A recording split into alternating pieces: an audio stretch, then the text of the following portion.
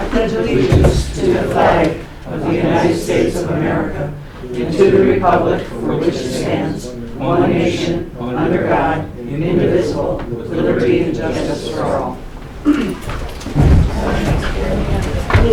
I know, right? All right, thanks everyone for braving the weather and coming to our 2025 organizational meeting. I'd like to ask the town clerk, first of all, to take the roll, acknowledging that we're here.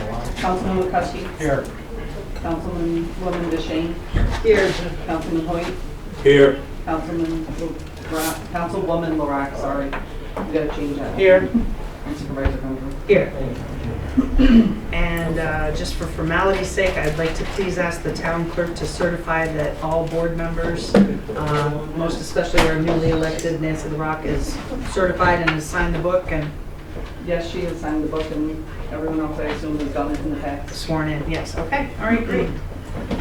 Okay, all right, we'll start the meeting with supervisors' appointments for 2025.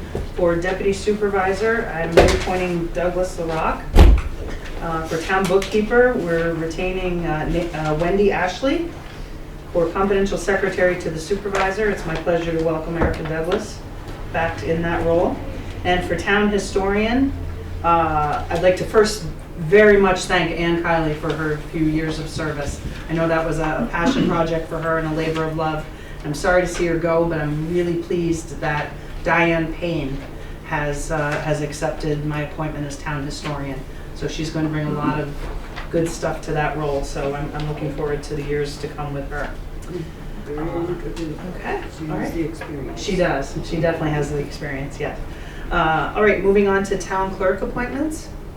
For my deputy town clerk, I'm gonna appoint Aaron Bars back in the position, and Victoria Burdick, because Aaron will be out on maternity leave for that, so I need coverage. Okay. All right, and in the past, what we've done is read the resolutions through and vote on them. We do have the option of doing them as a batch, but I think for the sake of transparency and the fact that we do have 20 minutes left in this meeting, we'll just go ahead and do them as we have in the past and read them. Are we starting with resolution number 1, town clerk? Yes? All right. All right, we have resolution number 1 of 2025, setting the time of the regular meetings of the town board for the second Monday of each month at 7 p.m., except for October 2025, which the meeting will be held on Wednesday, October 15th. All meetings will be held at the Grafton Town Hall unless otherwise stated. I'd like to make a motion to adopt resolution 1. May I have a second? Second. Seconded by Councilman Hoyt. Phil, can we do an all in favor on these? Not spending money? Are you not spending any money on Not it? spending any money, You can do a voice vote on. right? Voice. I think it's section 83 of the town law, where you just have to all say either yes or no, aye or no. Okay. All in favor? Aye. Resolution 2 of 2025, that the town board of the town of Grafton does A, confer the benefits of section 18 of the Public Officers Law of the State of New York upon the employees of the town of Grafton, and B, will thereafter be held liable for the cost incurred under the provisions of section 18. I'd like to make a motion to pass resolution 2. May I have a second? Second. Seconded by Councilman McCuskey. All in favor? Aye. Aye. Resolution 3, naming the Eastwick Press and the Albany Times Union as our official newspapers for the town of Grafton for the period of January 1st, 2025 through December 31st, 2025. May I have a second? I'll second. Seconded by Councilwoman DeShane. We'll go ahead and do a voice vote on this one. Councilwoman Witkowski. Same. Councilwoman DeShane. Yes. Councilman Hoyt. Yes. Councilwoman LaRock. Yes. And myself, yes. Okay. Resolution 4 of 2025, naming Pioneer Commercial Bank as the depository for the town. I'd like to make a motion to adopt resolution 4. May I have a second? I'll second. Seconded by Councilwoman LaRock. All in favor? Aye. All right, resolution 5 of 2025, naming the Reese Group Insurance as broker of record for the town general, medical, and disability insurance. I'd like to make a motion to adopt Resolution 5. May I have a second? Seconded by Councilman Hoyt.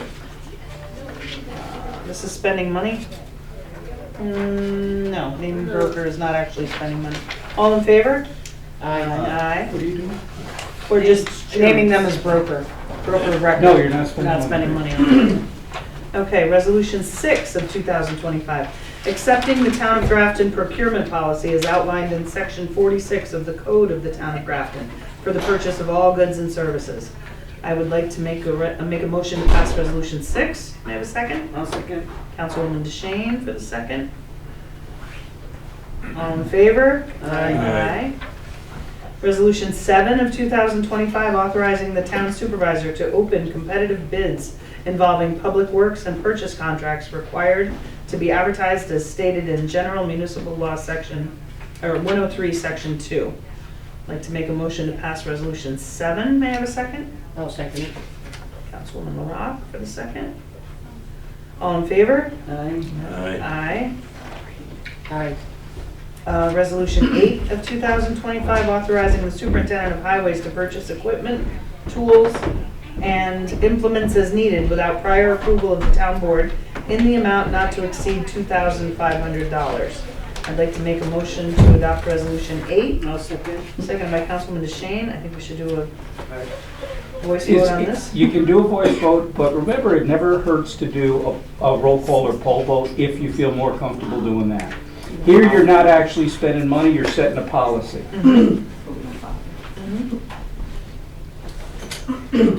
All in favor? Aye. Aye. Who seconded that? I did. Jody did. Does everybody was yes? Everyone was aye, yes. Okay. Or yes, aye. Resolution number 9 of 2025, authorizing the superintendent of highways to enter into a memorandum of agreement with all Rensselaer County towns and the county of Rensselaer for sharing and use of equipment, man hours, and engineering services. I'd like to make a Poll motion. vote on this one. Poll vote, okay. Yeah, because all the municipalities have to do this, and it does involve using the town services and product, because you're going to do roads for them, they do roads for you. Usually, we have a breakdown from the county, but you don't actually have that, you're just leaving it up to the superintendent of highways to do it. That's what we've done. But Jimmy Gordon didn't send you anything? No. Not yet. Okay, I would do it this way then with a poll vote. Right, okay. All right, I'd like to make a motion to pass resolution number 9 of 2025, authorizing the superintendent of highways to enter into a memorandum of agreement with all Rensselaer County towns and the county of Rensselaer for sharing and use of equipment, man hours, and engineering services. May I have a second? I'll second it. Okay, Councilwoman LaRock. We're gonna go ahead and do a poll vote. Yes, please. Councilman McCuskey, Aye. Councilwoman DeShane, Aye. Councilman Hoyt, Aye. Councilwoman LaRock, Yes. and Supervisor Brennan. Aye. Okay, resolution number 10 of 2025, accepting the Town of Grafton investment policy as outlined in section 27 of the Code of the Town of Grafton. I'd like to make a motion to adopt resolution number 10. May I have a second? Second. Councilman McCuskey. All in favor? Aye. Resolution number 11 of 2025 is authorizing the deputy town supervisor to sign town checks in emergency situations. I'd like to make a motion to adopt resolution 11. May I have a second? I'll second. Seconded by Councilwoman DeShane. Poll vote? Let's do a poll vote for this one. Never hurts. Councilman McCuskey, Aye. Councilwoman DeShane, Yes. Aye. Councilman Hoyt, Aye. Councilwoman LaRock, Abstain. and Supervisor Brennan. Aye. On the record. I think it's pretty obvious in this Well, I'm case, just saying for on but the normally record. when you abstain, you're supposed to say why you're abstaining. Oh. Might it be because you're related to that person? It could be. Okay, I'm going with that, but it's a good point brought up by the town clerk. Normally, you do have to state reasons for abstention. All right. Resolution number 12 of 2025, authorizing the payment of all elected officials, appointed officials, part-time employees, and full-time employees as established in the 2025 Town of Grafton budget. I'd like to make a motion to adopt resolution number 12. May I have a second? I'll second. Oh. I'm gonna give it to Pierce. Okay? Great. Seconded by Councilman Hoyt. Let's do a poll vote on this one, please. Councilman Lucuski? Aye.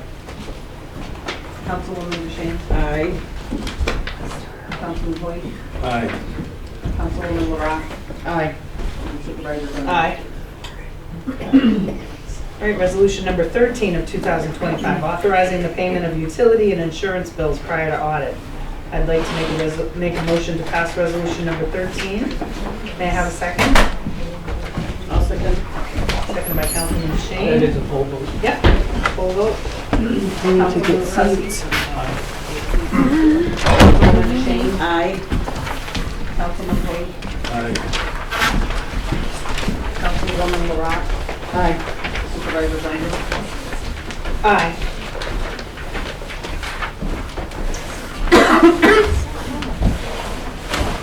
Resolution number 14 of 2025, authorizing one-time payments to the Grafton Fire Department, Grafton Cemetery, and the VFW after the receipt of property taxes as per the adopted 2025 budget. We have the Grafton Fire District at $122,425, the Grafton Veterans at $1,700, and the Grafton Center Cemetery for $400. Can I ask a question? Yes, please Because do. I think we've increased the veteran line to 1,700, Yes, but the cemetery, I think, it's a part of that, right? correct. It's, yeah, there's no line item to pay for the cemeteries. So it used to be, because at the cemetery, you're given the 400 for the veteran to be their lots to be taken care of in the cemetery. Yes, yes. So I believe that 1,700 is the total for the whole line. I believe the town clerk is correct that that line for So it should Grafton, be 1,300 for veterans, to the veterans, and then 400. that would be allocated to the Grafton Center Cemetery. Yes, okay. So 17 Per, versus 13. yeah, per the budget, it reads, the Grafton Veterans line item reads 1,700. And then the Grafton Center Cemetery actually doesn't have a line item. Right, right. So, let me just think about rewording this quickly, the Grafton Cemetery. As per the adopted 2025 budget, the Grafton Veterans line item at 1,700, from which 400 is allocated for the Grafton Center Cemetery. I'd specify it here, but when you're doing your budget amendment coming up on Saturday, I would correct the budget to reflect that it's not 1,700, it's, what'd you say, 1,300, and then 400 going to the other? So that way your budget will be corrected. 2025 budget? Yeah, The line used to be just $700 for the veterans. 400 went to the cemetery from the veterans from line. the veterans line to be taking care of the veterans' lots that are to help pay for the mowing. Do you have a separate line for, No, And then the cemetery, we don't. the veterans used it, and then the 300 went to the all right, then VFW. here's how you word this one. Word it 1,700 to the veterans with 400 of such funds to be utilized to go to your secondary source. And that way you don't have to do anything on Saturday.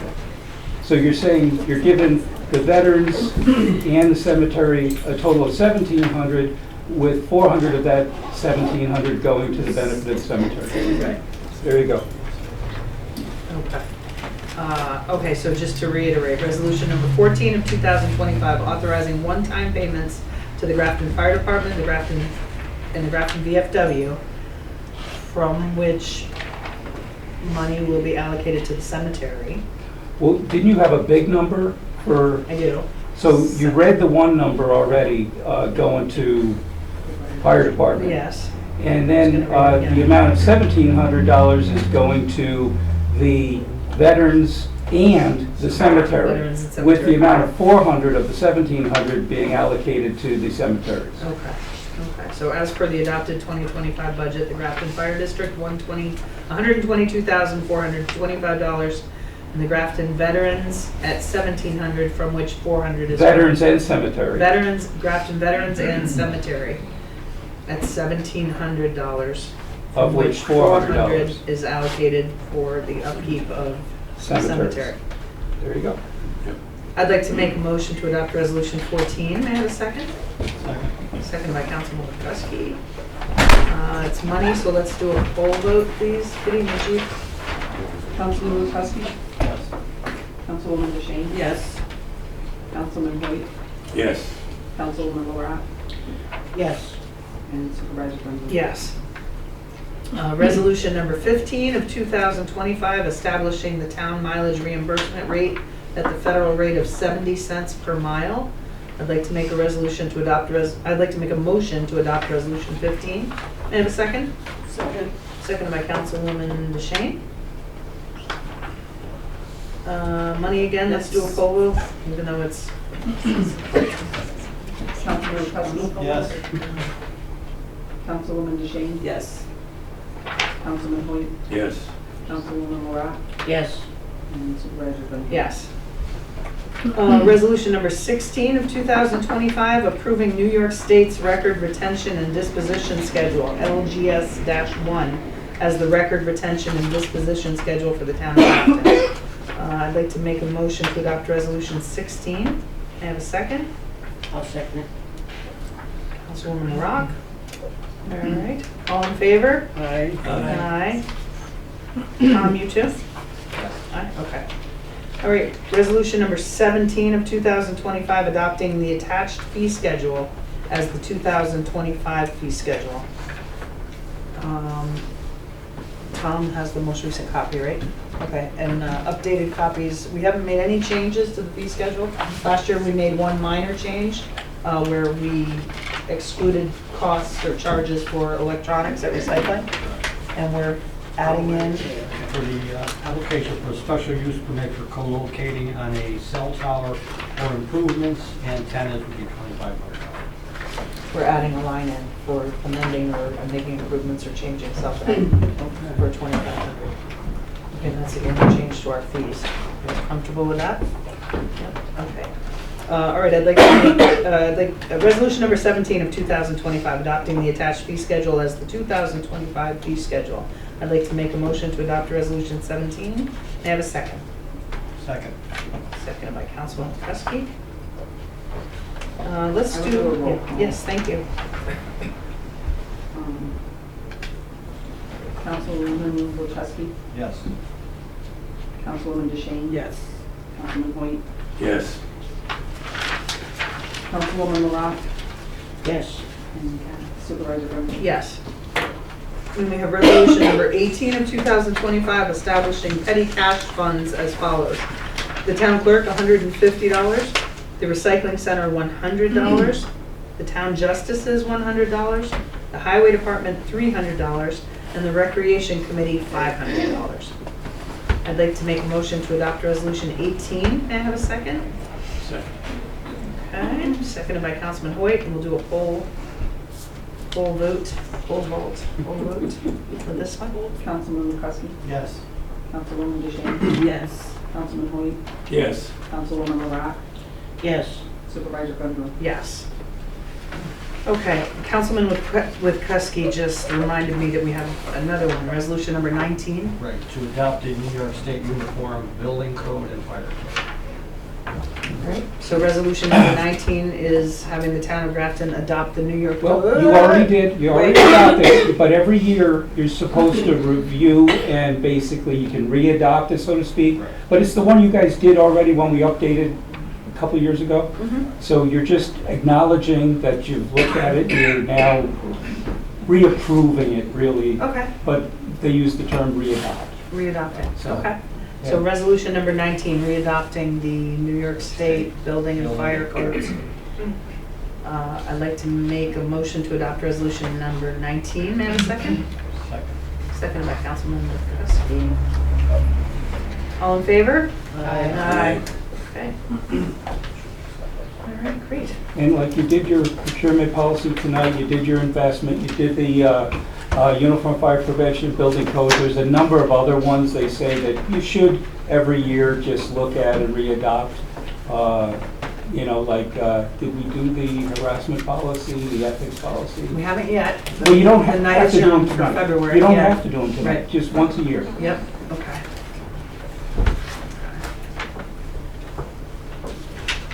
So what was this? Oh, ethics. Okay, yep, gotcha. Yeah, ethics, the harassment, you know. Okay. All right. No one has anything else for the organizational meeting? We'll close this one out. Yeah? All right, okay, I'd like to make a motion to adjourn the organizational meeting for 2025. May I have a second? I'll second. Second by Councilman DeShane. All in favor? Aye. Aye. Okay, with a minute to spare. Okay. We'll move on to our regular board meeting. Should we re-pledge? Most places don't, but you can, there's nothing that says you don't. I think we don't get a chance to say the pledge enough. Yes, I agree. All right, welcome newcomers to this meeting. Let's rise and say the pledge. I pledge allegiance To the flag of the United States of America and to the republic for which it stands, one nation, under God, indivisible, with liberty and justice for all.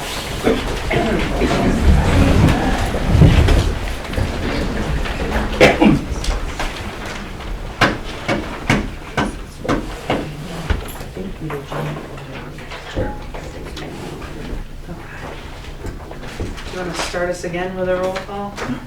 Or you could just simply note that the roll call, the attendance remains the same as for the organizational meeting, either way. Doesn't hurt. Your pleasure, Oliver. Whatever you want. Councilwoman McCluskey, Yes, here.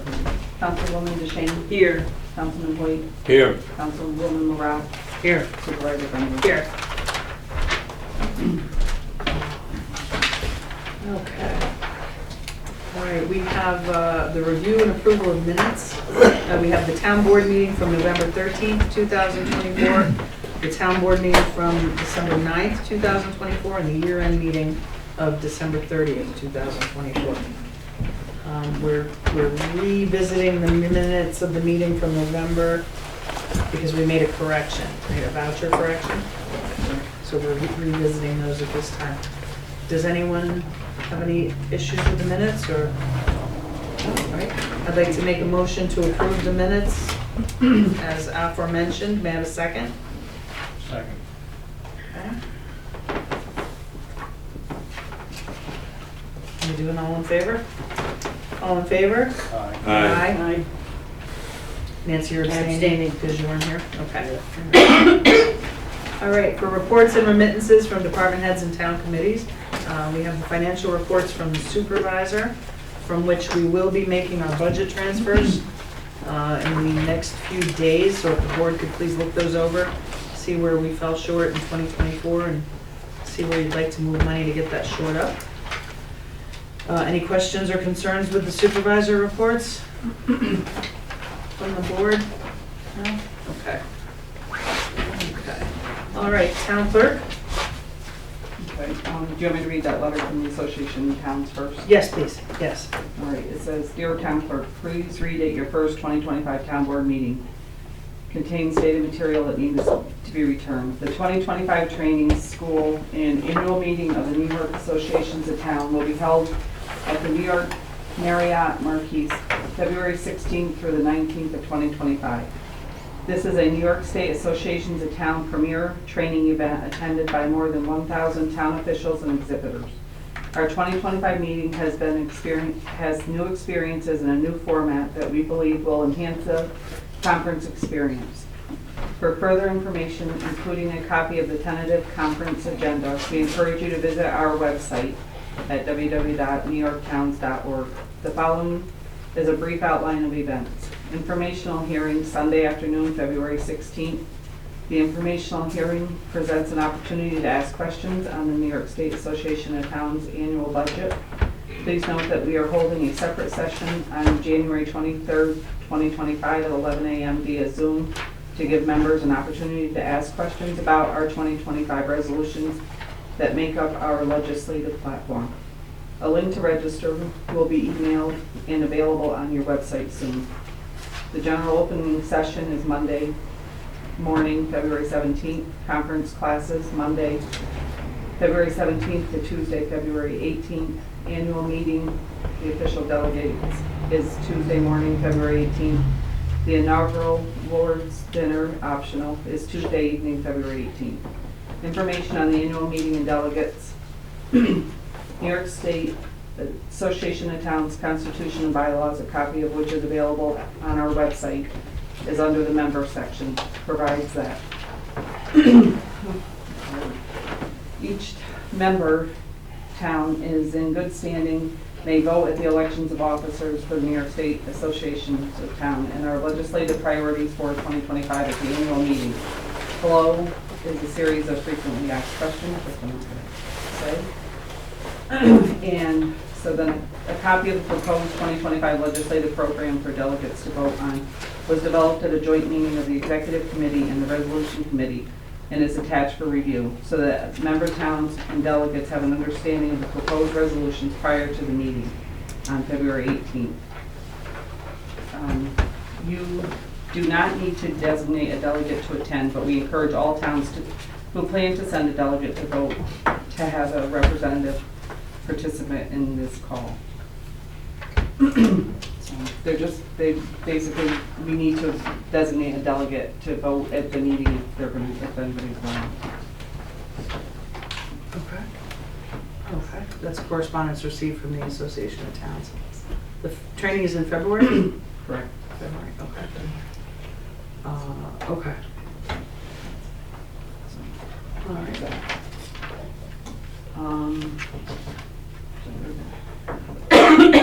I've gotten several emails and regrets in regards to the FOIL requests that have been made, and I haven't heard anything. I have no replies.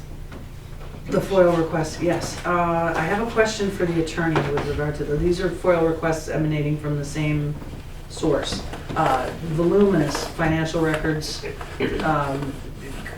things that contain sensitive information, federal ID numbers, social security numbers, things like that. That's fine, we can work on that and deduct them now that I have administrative help, we'll get these taken care of. However, the request to receive them is via email, and I'm not comfortable with that. Emailing these financial records and documents all over the country. So does the applicant, I guess for lack of a better word, the person requesting FOIL information have that right, I guess you'd say, to request them in the format? They ask for it all the time to send it back to them via email, and technically if you can do it, you're supposed to. But you're not supposed to include any like personal information, But- social security numbers, dates of birth, all Right. that. Bank statements are not going to have any of that information on it. Some of the checks that have been requested do. Oftentimes banks will request someone to whom a check has been made to put identifying information on the back, such as a driver license number, sometimes the social So then security you just do numbers. the front of the check. The format that Pioneer provides the checks are front and back, so that would require more redacting, I guess. I mean, Redact. Redact, not Black didact. magic marker. Okay, Yeah. redact, yeah. Okay. So I guess the best answer I would have for that individual is they're in process. They're in process, so. Because these were started in November. I know they were, I know they were, yeah. They are. So just to cover myself that this has been addressed, because I don't know how to reply to her, I just tell her that I haven't heard anything. Can you provide some guidance on how the town clerk should provide? Town clerks do it this way. No offense. Town clerks want it off their desks, so whoever's department has the documents being requested, they usually send an inter-office email saying, please supply this. You would email back to the town clerk just saying, because of the voluminous amount of materials requested and the extent of redaction required, it will take, you have to give a realistic, reasonable number on how long it's going to take to get it done. You give that to the town clerk. The town clerk then sends something back to the applicant responding saying, whatever you said. You know, is it 30 days, 60 days, whatever. The original, the one of the requests was one I did in July, but I never had been answered on. That you, That- yeah, one of the. myself. Yes, you made that request in July as a board member, maybe. No, as a personal person, I think, because you asked me that. I don't know if there's a if you can You just. said pick that and there was a choose. difference. Okay. Because you said Anyway. that if it was the town, if I was doing it as a town board, I could have access to all of it and I could see all of it. But because I wasn't asking for it as a town board member, I was asking it personally, you said that you would have to wait and do it. Okay, okay, and that FOIL request that you made personally as a person has now been requested by this other person in her. Some of the information. Some of the information, okay. Phil, in a case where the FOIL request requires clarification on my part for exactly what is meant by some statements, am I to go back to the town clerk with that question to go to the person, or do I go to the person? Well, you could respond to the town clerk saying that this FOIL request is ambiguous, and Or requires please have the clarification. applicant identify exactly what documents are being requested. Okay, I have no idea exactly what people are asking for, but if it's something pretty straightforward, we're supposed to make a copy of it and provide it to the town clerk, then the town clerk provides it to them. yeah, yes, And, you know, but I'm not sure, it also, if it's voluminous, they've ruled that even if it's voluminous, we do have to still provide, but you don't have to do it in one day. You know, you give a realistic estimate of how long it's gonna take, and then you go from there. right, okay. Okay, well, for the record, I anticipate having these done this week, by the end of this week, but I do need clarification on two of the requests. Send an email back to the To the town clerk. town clerk. Okay, all right, good, okay. The town clerk's the FOIL officer for the Yeah. town, so everything technically should go through the town clerk Go through the town clerk, okay. and not be directly from a department head to an applicant. Okay, okay, huh, interesting. Well, think about it, if you don't do it that way, how do you track it? Got it, okay. So you're giving an estimated date of, Well, send it in writing, you want a Yes. written record, Right, written right. record. Yeah, I'll do a comprehensive email for what I'm unclear on. for And what- separate it out by applicant too, you can't lump them all together. No, if this is one stop shop, it's Yeah, one but person. each Requested, FOIL so- request though asks. Yeah. Oh, each FOIL request, is that what You you're have to saying? respond to each separate FOIL request. Oh, don't Yeah, bunch them all together, okay. like if John Smith sent you 10 FOIL requests, send 10 responses to the clerk as to how much time is it gonna take to do this one and this one, or what is the ambiguity on this one? Okay, Because maybe it won't be on the other one, you Okay. know. So Okay. you respond to each FOIL request. all right, I can certainly gather that up. Okay, okay, thank you for the clarification. You're welcome. Thank you for the reminder, town clerk. What else do you have, Tom? My financial report. We took in $2,216.15 from the town clerk's office for the month of December. And our share that we keep, that I gave a check to the supervisor, was actually for $2,160.53. Because Department of ENCON in November had an error, Mhm, and it was $9.45 for our town. mhm. And they didn't correct it until the 12th or 13th of the month.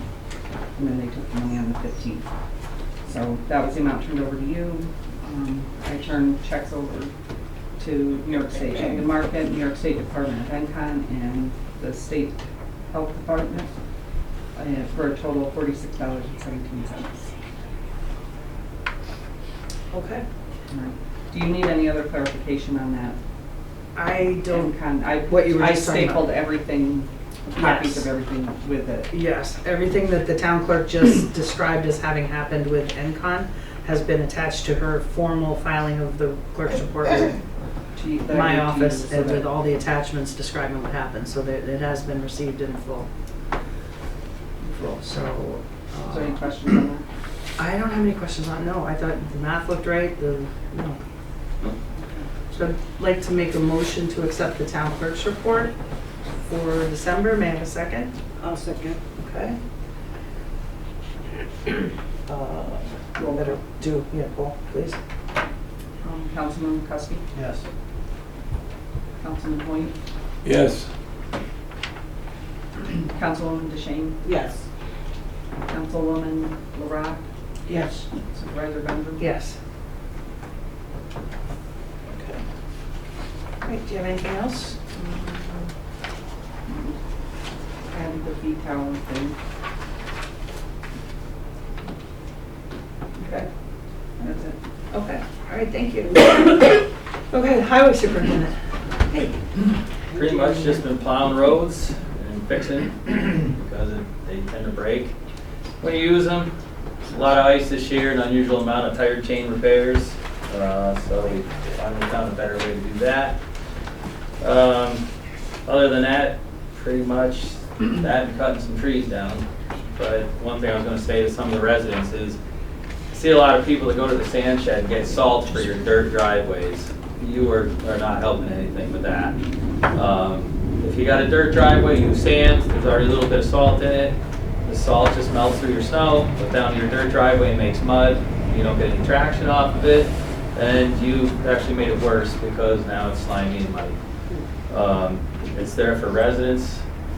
The lights are generally on, that way folks can use it if they're a resident.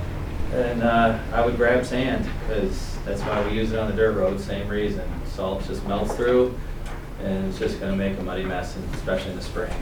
But other than that, nothing really new to report. And for those that love snow, I'm okay that we haven't got a lot yet. Anywho, that's about it. Thank you, Gary. Thank you. Short and sweet. Yes. All right, for the assessor's report for January, Bobby's not here now, okay. For January, this was her, okay, she's submitting this for tonight's meeting, but in the month of November, we had 9 transfers, 3 of which was an arm's length transaction and 6 were not arm's length. Foreclosures, transfers into trust or life estate. These sales consisted of residential and land properties. Babcock Lake Road, vacant land for $36,000. Josh Hall Pond Road, residential land for $410,000. Fox Hollow Road, vacant land for $8,000. It was part of a parcel.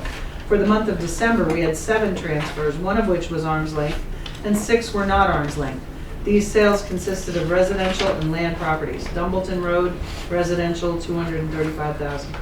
We continue to review building permit information as we receive it, in addition to data collection and sales verification. The town and county tax bills have gone out. Respectfully submitted, Bobby Stone, Assessor.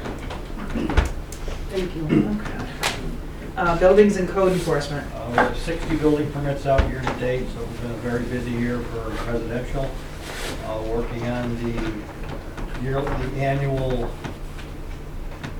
report to the Department of State we have to do every year, and doing some junk cars and some buildings.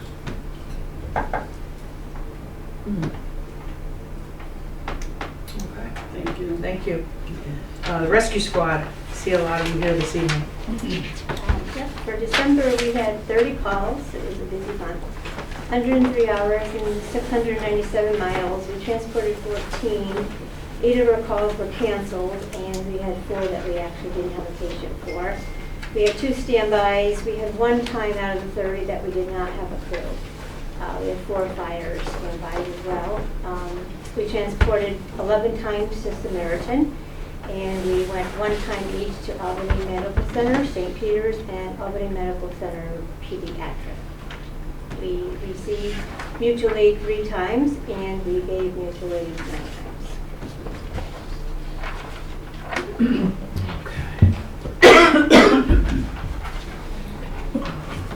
Okay. All right, thank you. Thank you, Andrea. Dog control officer has a report, right? First one to hand it to me when surprised.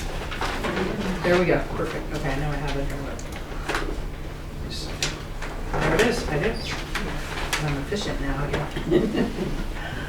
Okay, this is from Dog Control Officer Victoria Burdick. Good evening.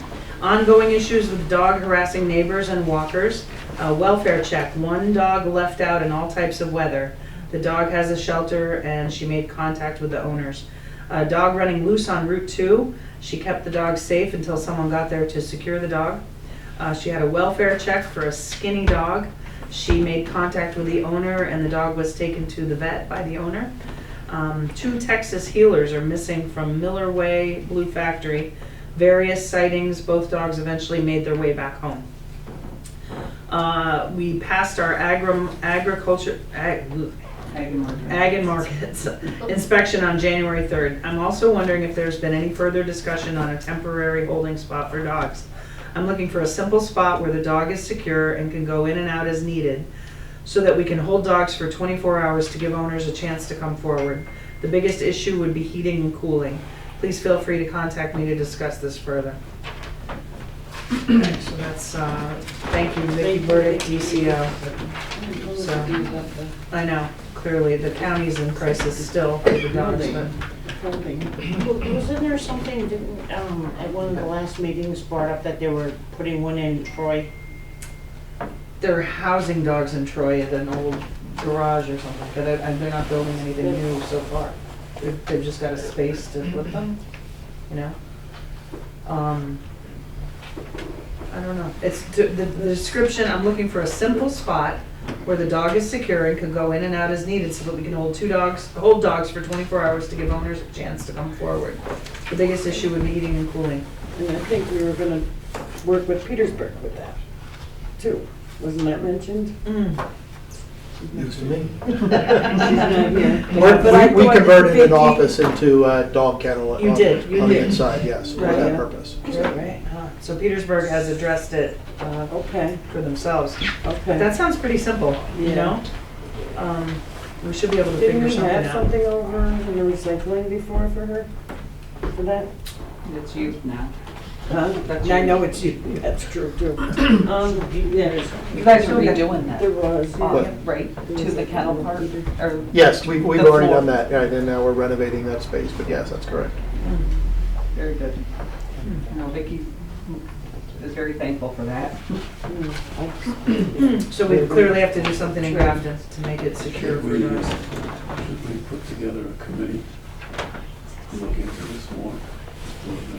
Sure, like an ad hoc committee just to Yeah. do this? And Yeah? Who is it? this Yeah. is. Yeah, it is gonna keep No, going, it yeah. has. Yeah.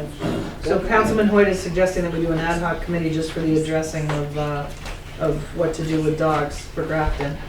And I think that's a great idea. I'll be on it.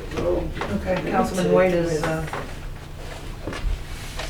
about Councilwoman LaRock? Yeah. Okay.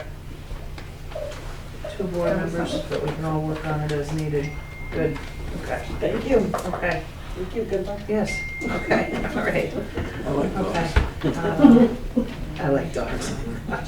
Okay, the youth program director, we have Laura Vasallo. Hi, everybody. Not a whole lot other than working on a grant with Petersburg. I guess you'll be hearing more about that. And that would be to cover more activities, etc. The website, Town of Grafton, New York.org website under youth activities, I'm trying to do by month. So if you want to stop in there and just check. Currently, January, I guess the only thing in January currently is at the Grafton Lake State Park, the Winter Fest. And anything that comes up, I'll be doing that, putting it up on there. And talking to different organizations over the last month, trying to get some volunteer opportunities for youth. Still working on that, waiting for callbacks and whatnot, but it's in the process. So that's really encouraging. Thank you. Thank you. Thank you. Okay, we have the library. Okay. So the statistics for December, 675 books, 283 e-books, patron visits, 211 adults, 31 children, and 5 teens. Wanted to report that Assemblyman Scott Bendet donated to 14 libraries his special legislative grant money. Used to also be called Bullet Aid, but he divided his up between the 14 libraries in his district. So our library received $1,538.46. Thank you. Yep. He also donated a 3D printer, which I reported on that months ago. But we also should be receiving the AED before January 31st. It's been shipped, and that was from a grant with Troy Savings Bank. January 31st, we are doing teen night, and February 7th, we're trying something new with tween games, game night for tweens, which is grades kind of 6 through 8. And we're still, of course, doing Legos off the bus. I was gonna say Legos Yeah, off the yeah. bus. What day is that? Mondays, we had them today, so we had 8 tonight, yeah. Okay. They really just want to sleigh right down the hill, so we were very glad that we had a little snow. What's the date for the tween? February 7th, it's a Friday night. Thank you. Okay, thank you, Leanna. From the Grafton Lake State Park, they sent us a flyer with their January programs. The Winter Festival is Saturday, the 18th, and that's free to get into, and it's quite a popular event. Grafton Lake State Park and the Friends of Grafton Lake State Park will host the 40th annual Winter Festival on Saturday, January 18th. The Winter Fest will feature outdoor events along with indoor exhibits, food vendors, and family-friendly recreational activities. The event is free of charge and will take place from 11:30 to 3. Good stuff for the whole family. If there is, again, this is available on the State Parks website.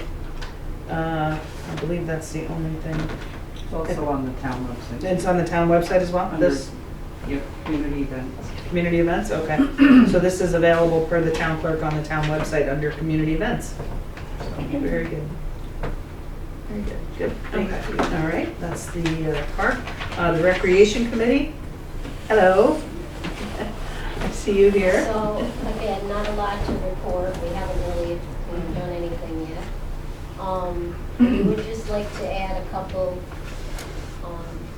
new members, Trish Schillinger and Lynn Weir, to the committee in lieu of Leanna and Nancy leaving us. Okay. And that's really just about it until we can have a meeting. Yes, we do have the date for the picnic for June the 1st. I talked to Jane at Grayback and we set up June 1st. And that's as far as we've gotten so far. So June 1st for the town picnic Yes. at Graywack Meadows. At Grayback, yeah. Great. That is a great event. Come one, come all. Very much fun. Okay. And that's about it for this evening. Do we have to appoint a new chairperson or anything, or is that just done through the committee? They do it on their own. They do it amongst themselves, yeah. The town clerk was asking if we appoint a chairperson among you ladies. but Oh, you right. Do it yourselves. Usually in the past, we've done it amongst ourselves. Right. Right, okay. So you're going to be the chairperson, correct, Madonna? What's that? You're the chairperson? Well, we haven't had a meeting Okay. yet to discuss that. All right. I'm just a representative right now. Your co-members are affirming that it's you. I know, I'm ignoring them. Thank you. Well, great, welcome, yeah. Interested in joining. Yeah, welcome Chris and Lynn to the Yeah, committee. very Welcome. much. That's great. You got big shoes to fill with Nancy and Leanna, so. Yeah. Great. Yes, and I would like to say thank you to Nancy and Leanna. They did a lot of work and they were very committed to the committee. They're going to be missed. Yeah. Thank you for everything you did to help us out too. Well, thank you. Good teamwork. Great, excellent. Okay, thank you for that. All right, we have the senior citizen representative. Did we get the report? Did you printed it? Yeah, I gave it to you. I have it right here. Wow. This is pretty cool, thanks. I know. Okay, this is Grafton Senior Group Representative Diane Payne. Our monthly meeting is tomorrow, January 14th at 10:30. Always call the center for updates in case of time changes or cancellations. December was busy for everyone. Grafton Lake State Park led a group in making and decorating wreaths on the 12th. Our holiday get-together was well attended with food, prizes, punch, and a delicious dessert from Nancy LaRock. Students from the Berlin High School entertained with a very professional performance. A donation was made to the group. Adopt a Senior program and donations for pets was one of our ways of giving. Thank you to Lisa and Jody for their help in this effort. January has started with 2 afternoons of 11 people painting barn quilts. Check online for pictures. We will be trying to do more group projects. If anyone has a donation or donations for Project Linus, please see me or drop them off at the Senior Center. I will be meeting the representative on Wednesday to deliver the current donations. This does not mean the end of accepting blankets. Please continue. Submitted by Diane Payne. Thank you, Diane. Yes, yeah, thank you for your work, Diane. The Linus Project, that's making blankets for, children that have cancer or their parents die of cancer. And it's from the age of 2 to 18. okay. Very nice, very nice. Okay, great, excellent. Okay, Merrymakers, I see Linda. Well, as everybody knows, we're on winter vacation until April. So the president, Kathy Goyer, she's currently working with other Merrymaker members to, start looking around and decide what kind of trips they might put together. So really, there's no meetings until April. And again, anybody that has any interest that's 55 plus, we're interested in what everybody would like to do, whether it's, going to a fair or kayaking or maybe a hike or maybe walking your dogs or, anything anybody would like to do from 55 to 125 that we could work in and we can all do.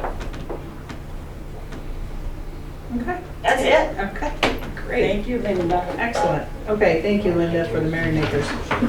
All right, great. Okay, under communications received for tonight, we have a list that came to us about new banners that need replacing.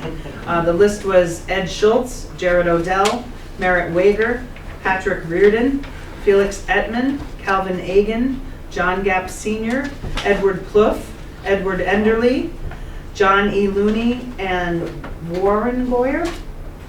Looks like, or Nathan Goyer, I'm sorry, Nathan Goyer. I believe he's a Civil War gentleman. We need 20 SS clamps and new mounting brackets for banners. So thank you. I assume that was either Jeremy or the chief that put that together for us, but we appreciate that, definitely. Okay. We have the resignation of the chairman of the planning board. After much toiling, I've come to the hard decision to step down as chair of the Grafton Planning Board effective December 31st, 2024. As you all know, I suffered a house fire this year, and the demands of a full-time job, the rebuilding of my house, and the commitment as chair have stretched me far too thin.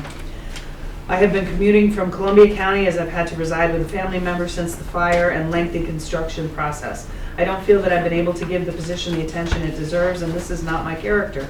I intend to remain a board member where I will be better suited at this time. I continue to be dedicated to serving the community that I'm dedicated to. Thank you for your support and understanding. Respectfully submitted, Martha Goss. So that is Martha's resignation as chairman of the planning board, but she's going to remain as a member on board. And then I'm anticipating after the planning board meets next Monday, they'll make recommendations for a chairman and we'll make that. Yes, I think that's Do A we need to recommendation affirm that has this been evening? Yes. Yeah. Okay. Okay. Wasn't there a letter submitted? Okay. Okay. The planning board made a recommendation to appoint Mark Gilchrist, who is a planning board member, to the chairmanship.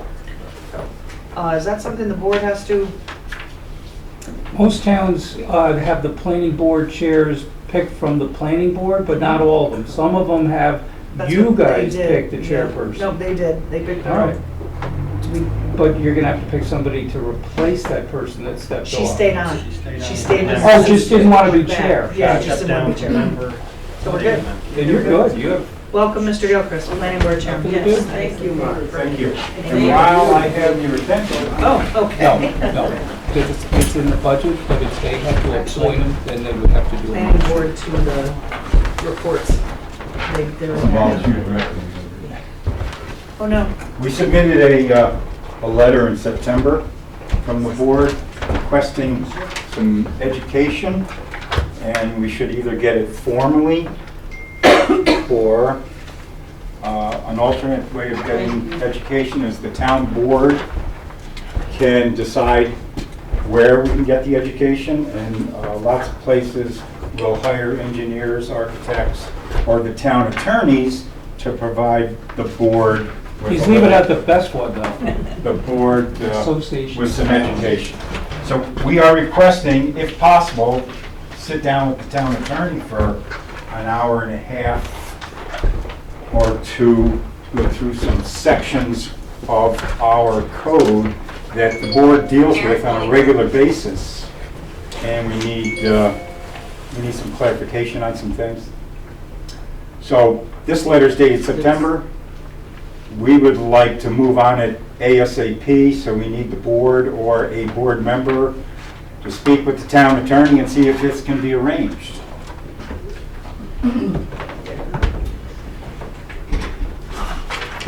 Secondly, I really need a cell phone, and I think the town should provide me with one. If I'm going to deal with property owners, prospective business people, architects, engineers, and in particular surveyors, they need to be able to get in touch with me, and I really don't want to use my own cell phone to do that.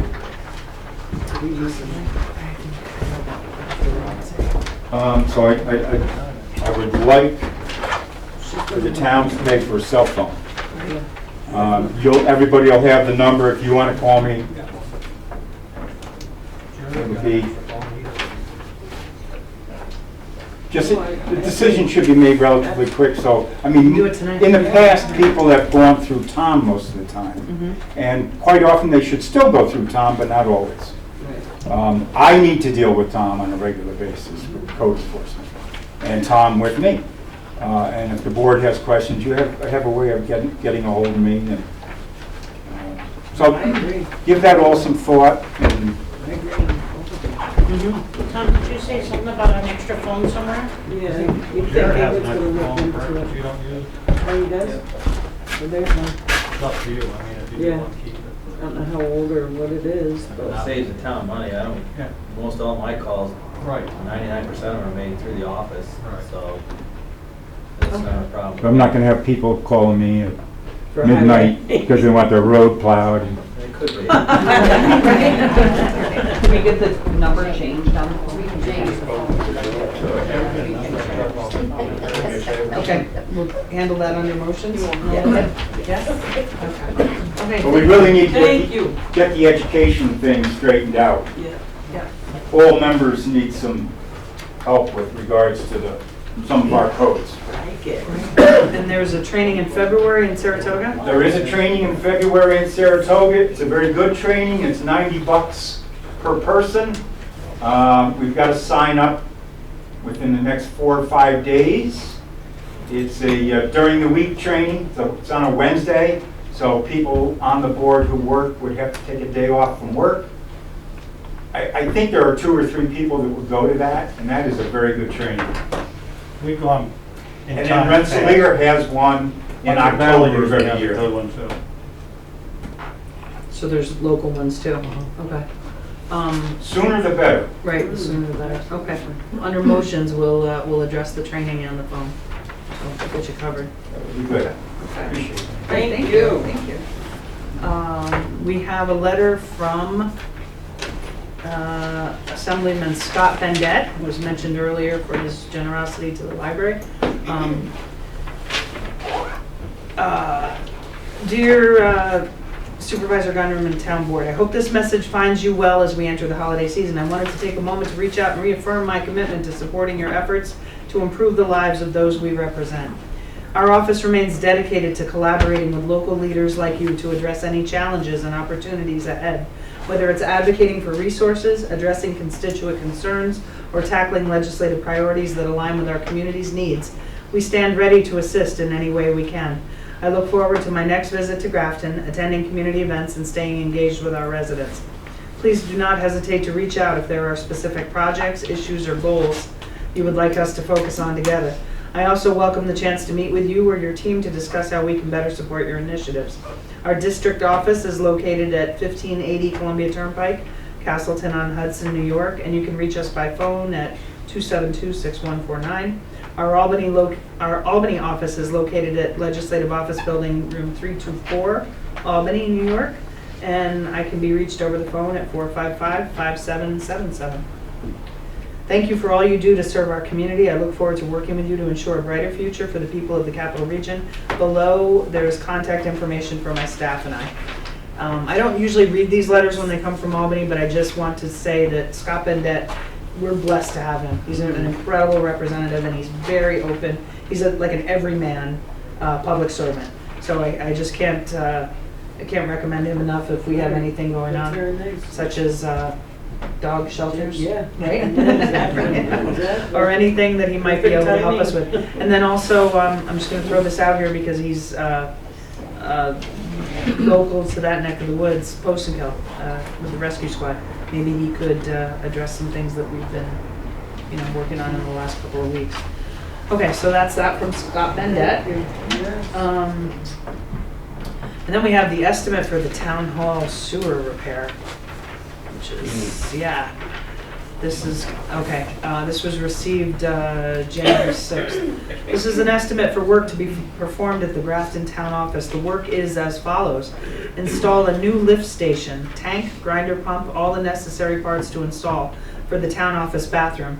Run the electrical line for the power supply for the pump. To install the tank, the flooring must be removed and the joist must be cut for access to install the tank. Re-support the joist after the tank is installed and reinstall the flooring. The total estimate for this job is $9,965. If you have any questions, please contact me. Thank you for your business, Justin Launis. So this is an estimate received for our ongoing issues with the sewer line. So I think we'll, it's got to be done, but I'm inclined to want to table this because cutting the floor apart, going under the floor, right? Right? Depends on the job. Yep. To get under the floor, so we're going to have all of our curbs. So we're going to go through that way. I'll do the research for The it. flooring must be removed and the joist must be cut. I mean, how, Isn't that what the other people told us to? Right here, you got to put the flooring in places here. right? That's it? It's not a huge take it. project? It's not cutting under the judge's chambers or, no? Okay, Last time I talked to him, he was going to go through here. Get over to the toilet. okay. Is he self-employed or on his own business? Got his own business. Does he have a business name? No, just goes by his name? Justin Lones, yep. Okay. And I talked to him Friday. The earliest he could get here would be mid-March, Mid-March, okay. unless he had a cancellation on another project. Just everybody's right up straight. How long is that gonna take? Probably around 2 days, 2.5 days.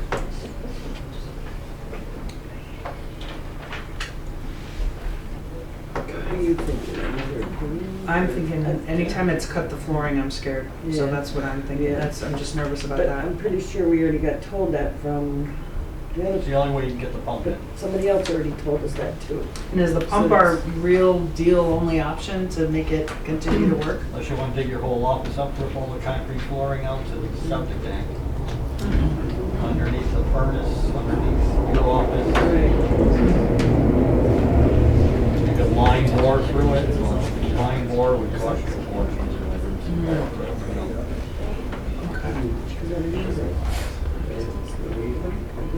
Right, yeah. Okay, all right, well, that is, right, see, yeah, I mean, I know, it is, for right now, There's no way of getting that tank in there, he's got a low profile tank, and that doesn't even fit. You're only going through a spot this big.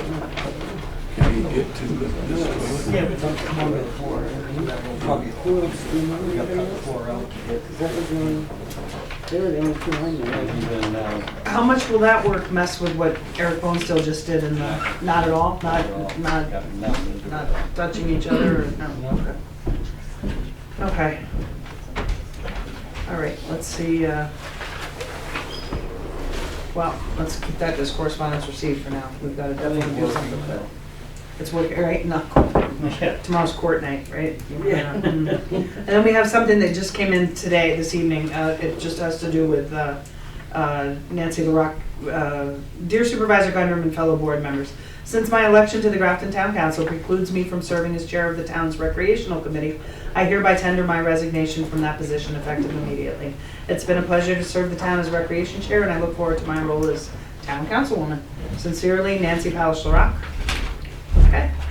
Does anyone else have any correspondence received? Anything else tonight? Okay, under new business, we have the introduction of the local government efficiency grant with Petersburg and Grafton. And at this point, if he's comfortable with it, I'd like to ask Supervisor Hines Noting of Petersburg to speak on this. Sure. I'll have to stand up so everyone can hear me. Anyway, I'm Hines Noting. I'm supervisor for the town of Petersburg. So a couple months ago, we were notified by the state that Kathy Hochul had made available approximately $8 million for what's called a local government efficiency grant. And about 7.2 of that's for implementation projects and 800,000 is for planning grants. Basically, this program has been ongoing every year. They generally allocate similar amounts of money and eventually award anywhere from $2 to $4 million for various communities around the state. They encourage initiatives by local governments to facilitate shared services if possible. And so Ingrid and I had been talking about some different ideas about how we could lower budget costs and improve some of our facilities with potentially through state monies. And this kind of landed in our lap. And basically what we're proposing is it's around roughly a $400,000 grant for what we call activities administration, functional consolidation. So the town of Grafton has activities administration, we have activities administration. Both of us suffer from a fundamental problem of lack of scale, and so the result of which is it's hard to put in a significant professional effort to develop these types of activities when you simply don't have enough community participation. So that's problem number one. Together as communities, all of a sudden we're talking closer to 4,000 residents. The probability of community participation for these type of events would be much greater. So that's problem number one, is the lack of scale. Problem number two, obviously, is budget concerns. So it's easy to plan it's easy to plan activities. The hard part is making sure that you have your facilities in place that can handle those activities. So we have a community center as an example, you folks don't. We have a large town park that has some amenities in it, you folks don't. But you have an outdoor basketball court, you have other facilities, etc. What's a little bit insane is that the people in Petersburg only look at having that facility available for the people of Petersburg effectively, and the same thing here in Grafton. So given that we share roads, we share family histories, we share an incorporation history, etc., could we look at potentially a grant that would facilitate what we call activities administration, and we would professionalize those with that staffing, and then look to upgrade a series of facilities to make them more acceptable to host more activities. So we've identified basically three parts to the program. Part one is staffing. So we would look at hiring a director, an assistant director, and some temps. These would not be full-time positions, they'd be part-time positions, but they would be throughout the year.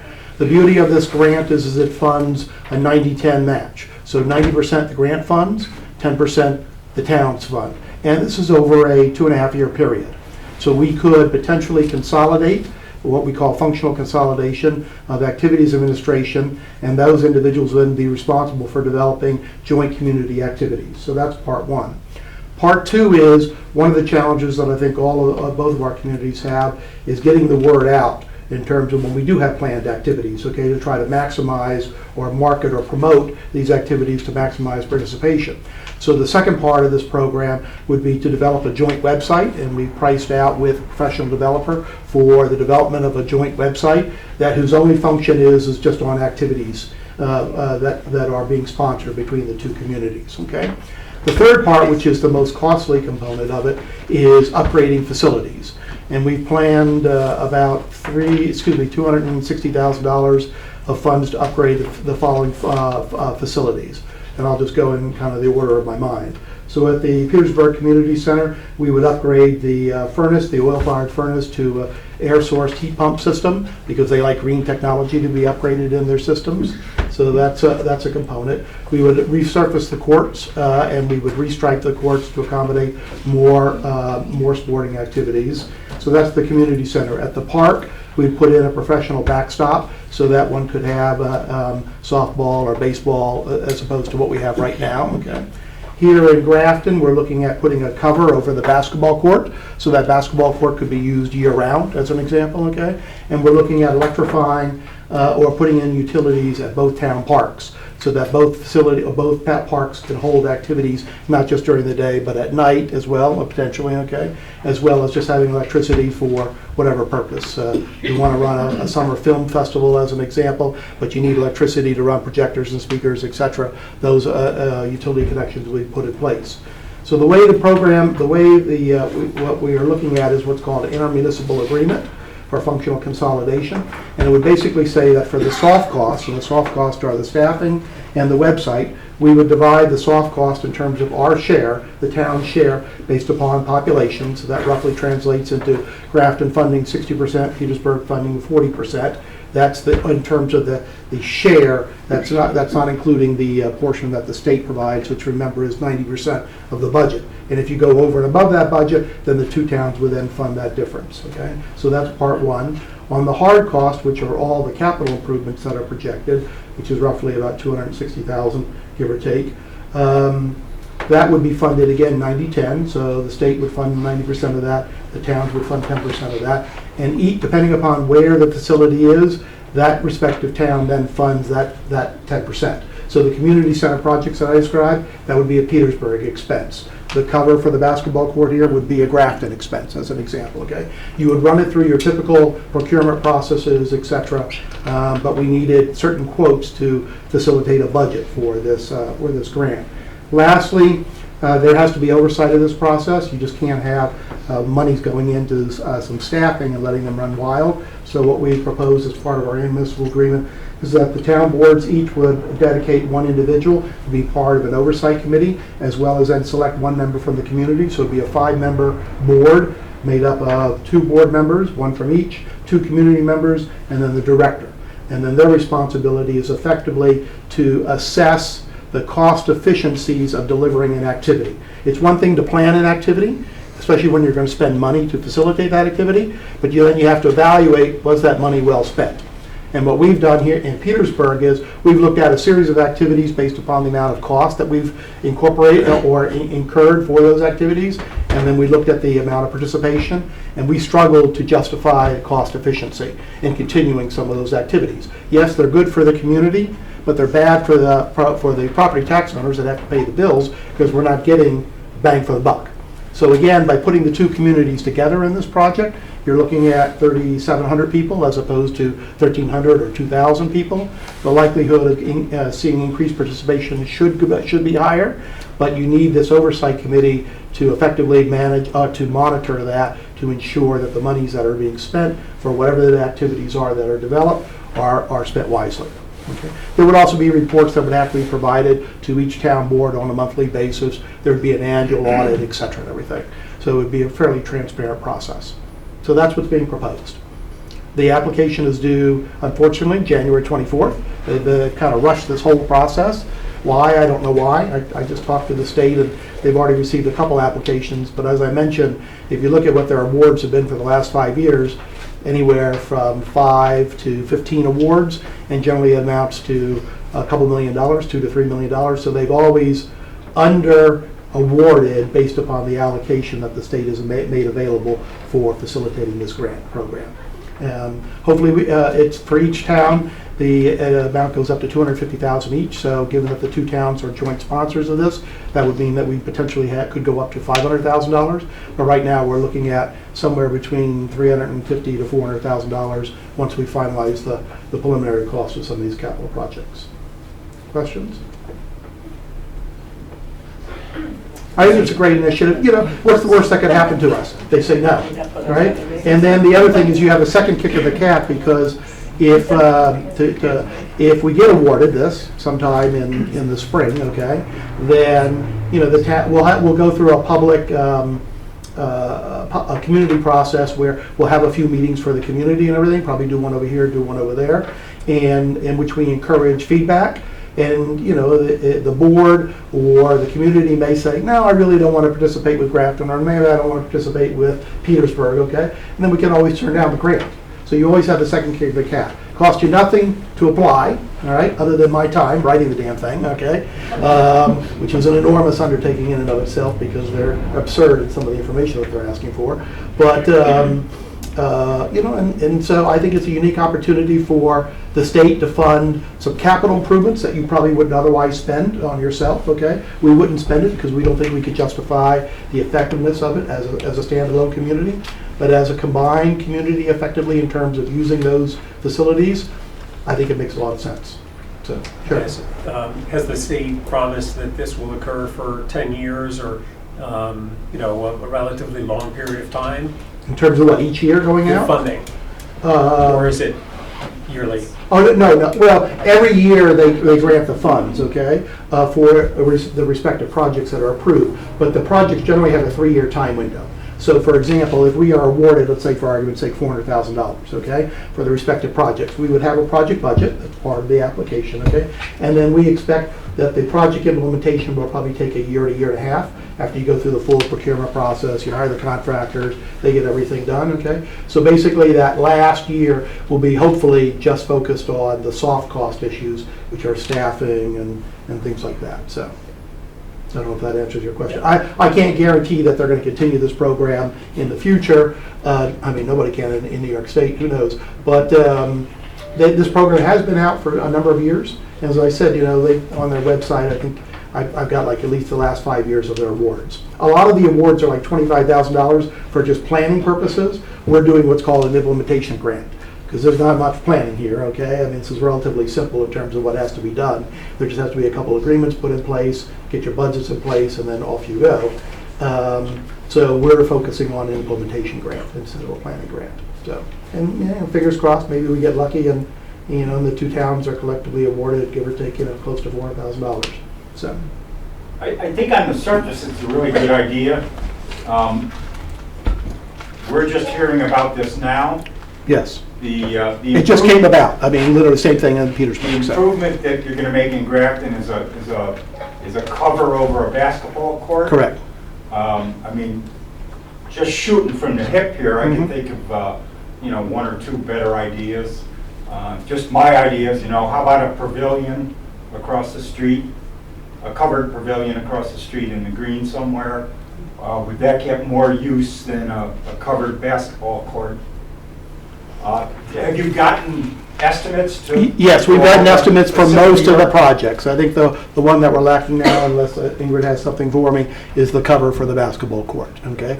But what we're trying to sell it as is not in anything and everything. What we're trying to sell it as is focused on certain activities that they understand. Athletic facilities, for example, okay? That's easily translatable. You need facilities to be able to host these types of events or leagues or whatever you want to call it.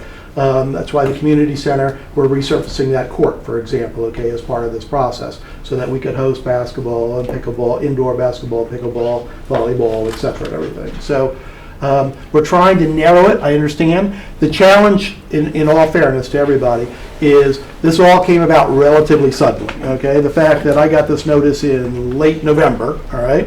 And we started initiating conversations with the state, and I gave them our proposal, the thought of our proposal. They said, no one's ever done that before, functional consolidation of activities administration. Interesting idea. Can't guarantee you that you know, it's going to be widely accepted or not, but it's worth an application. So it is a great idea. So. I just question the improvement you want to make in Grafton. I mean, I'm new here. I don't know how much that basketball court is used. Maybe everyone else here does know how often it's used. Is a cover over that basketball court going to increase the usage? That's just a question I mean, this is the proposal that's coming from Grafton to me. I'm not evaluating that, okay? So, Sorry. but, I have a yes. question about the community center. Right now, can Grafton residents use the Post and Kill Community Center? You mean the Petersburg? Sorry, Peter, sorry. Yes, yes, In my head, that is yes. correct. We can. You can, okay? The Okay. difference is you'll pay for it, number one, okay? Yeah. And Is there number a difference two, between residents versus not? that's correct. No, Petersburg pays for it as well too, okay? So If it's same not- price. If it's not a town-sponsored event, okay? Okay. This activity's becomes a town-sponsored event. So effectively, we use the facility, okay, for the benefit of both populations, hopefully in joint activities.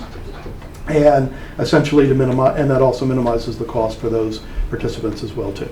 Because they're not private events, if you will, they're town-sponsored events, and we don't do the charges The for ones that are town-sponsored events. planned through this Activities, joint? yes, Okay, correct. but if They'll be some regular town-sponsored. person wants to rent it out You for can go ahead, yes, baptism? that's correct, yes. Same price it would be That's correct. pre-improvements? It's like $50 an hour or whatever it Okay. is, something like that, so. Doesn't change that? Yeah, it doesn't change that. So people hold birthday parties over there and Mhm. other stuff, and that's fine, okay, so. Any other questions? As I said, after, because again, everything's been condensed, unfortunately, okay? It's just the way the state works. And some of these people, remember I said there was planning grants and implementation grants? Some of the people that have had planning grants last year or the year before are probably putting forth implementation grants this year, okay? Planning grants are $25,000 basically to kind of plan, do you want to do something? Essentially, that drives governmental efficiencies. So that's kind of the way that normally this matriculates, okay, under this program. But given the nature of what we're trying here and everything, I don't think we need a planning grant. But what we want to address is your issues in regards to, is this the best type of activities possible, okay? And that's why we want to go through a public process after we submit the grant, get back feedback, and you know, if there are modifications to that, okay, we'll have to talk to the state, assuming that we're awarded it, so. If the improvements lead to increased revenue at the community center, is there talks about how that may be shared with Grafton? No. Okay. So again, private events has nothing to do with this, okay? So there wouldn't be any increased But the basketball revenues. courts are free, right? Like, it's never going to increase our revenue in Grafton to cover the basketball courts. But it Correct. will increase revenue if they're nicer event spaces and event planning for Not the if they're community town-sponsored center. events. Right, not understood that there's Correct. going to be town-sponsored events and we're Correct. hoping to facilitate that activity. Correct. But at the end of the day, there's never a charge at the basketball court, and there is a charge at the community center. That's correct. And if it is a nicer facility after these improvements, Yep. then your town will see you may possibly see an increase into revenue, and we won't. Probably not, given that it runs a deficit as it is right now, so, you know, remember. But even coming- Let me even coming answer to your question, let me par, answer your that's- question, yeah. okay? By sheer definition, if that facility or any other facility is used more often, okay, there's a greater level of maintenance expenses that are required. That's that town's responsibility, okay? That's not shared expense. So if that facility is used instead of 10% of the time, 40% of the time, right, okay, then I guarantee you my electric bills of that facility are going to be a heck of a lot larger and everything. That's an expense that Petersburg eats, okay? If you electrify your town park, effectively your community library pavilion, for example, okay, and you want to use activities for that, okay, that expense is on Grafton. Just to focus, not to focus on the basketball, but to explain that what we have currently is not being used. And why is it not being used? There's a league that happens down in the indoor. If you had something covered, you could encourage a full year-round league. Correct. Between both towns. And having gone through a little Right. bit of the summer program and hearing some of the kids and what they would like or what they wouldn't like, that was one of the things that they mentioned was, can we, a team basketball. I mean, example, some of the other That's- upgrades that we're that's- putting there, right. besides resurfacing, we're actually putting in padding along the walls, because if you've ever been in that facility, and you look at where the sideline is, and you look at where the wall is, we're talking 2 feet. So you try chasing a ball, you're gonna go beyond that, you're gonna crash into the wall. So we try to minimize our liability as well too, okay? Besides not hurting, a kid or an adult or something like that. So there's safety factors in all of this, same thing with the ball field down at the park as an example, okay? So there's safety elements that are thought through, or at least preliminarily thought through anyways. and there are making facilities available to these combined communities. If you think about it, the larger suburbs or the small cities in this state have all these facilities locally. If you need a community center, where do you go? Okay, for an athletic league. You go up to Hoosick Falls, you go out to Brunswick, you go out to Troy, or whatever and everything. Why shouldn't Eastern Rensselaer have these types of facilities to offer a higher quality of life for the residents of Eastern Rensselaer County? But it takes, a couple governments to kind of put this together. So I have a question. Number one, is the Petersburg Community Center, is that now owned by the town of Petersburg? That's correct. Okay, so that was one. The second is, so we have a fire hall in our town, Mm-hmm. and that's where a lot of activities Mhm. take place. So there could be some renovations there, or could that be something that's looked at? And I think between now and the 24th, probably not, okay, simply because there's just no time available and everything to incorporate things. And again, it has to be a natural place where activities are likely to be hosted, not just for the privilege of having something nice. So you mentioned a pavilion. We're going to put up a pavilion most likely in our park as well too, but that's not included as part of this project. That's a project that Petersburg will undertake for its park and whoever goes to the Petersburg Park. I would expect something similar for you folks if you wanted to put up a pavilion here as well. So. Now, you have mentioned that the deadline for application for this grant or whatever Correct. is January 24th. Yes. And, it seems like a lot of folks are just hearing about this Yep. now. Is there a chance of an extension No. being granted for that? No. This is the state of New York. There will be money available. Unfortunately. There'll be money available again next year. Assuming that they continue the program, that's correct. Yeah, That's right. This program's been out there for quite a while. That's correct, that's correct. So, if this gets turned down, we could always apply again next year. Correct. Perhaps start with a planning grant where you get money and you get everybody together and decide how. Yeah, it's possible, yeah. So. For the purposes of tonight, Heinz, would you please explain that where we are Oh, tonight? yeah, sorry. So okay. there has to be a resolution as one of the many documents that have to be submitted as part of this application process is a resolution adopted by each town board that basically authorizes the submission of the LGE grant, okay? And as I said, it costs you nothing, okay, to submit the grant. And when we go through the public process and let's say we're awarded it in 3 or 4 months and everything, we'll all have a rethink and determine if this is something that we really, because it does effectively put each town on the hook for some level of financial obligation, obviously, right? So you have an opportunity at that point in time or through that process to express your views and maybe, the community says no for whatever reason, right? So. And then For it tonight, this doesn't is just happen. approving that we continue the process of applying for the grant. Right. And as Heinz described earlier, we'll have public hearings in Grafton and Petersburg to go over it. If we're awarded it, great. If we're awarded it and we decide not to participate, okay. It's Heinz's time that was on it, but no Right. loss to Grafton.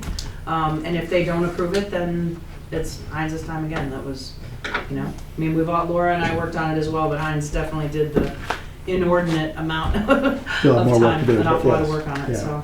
So that's the process. And again, I apologize that it's all kind of happened very quickly. It happened at the worst time of the year. Who puts a grant out in the end of November, okay, for submission in the middle of January when everybody's gone for at least 2 to 3 weeks? But again, as I said, what I found out in my conversations with the state is that some of the folks that did prior planning grants, okay, and then set themselves up then to propose an implementation grant. So, but this isn't rocket science really, other than, I think just making sure that whatever the projects are that, we've identified as capital projects make sense in the narrative of what we're trying to achieve. So. I have a question for you. Yes. Now, you stated that, it could be up to 300. Yeah, so the grant allows for each local government is capped at $250,000. Since there's 2 local governments involved in this, that would mean that the total cap for this potential project would be $500,000, okay? So there's 500,000. How would that be split?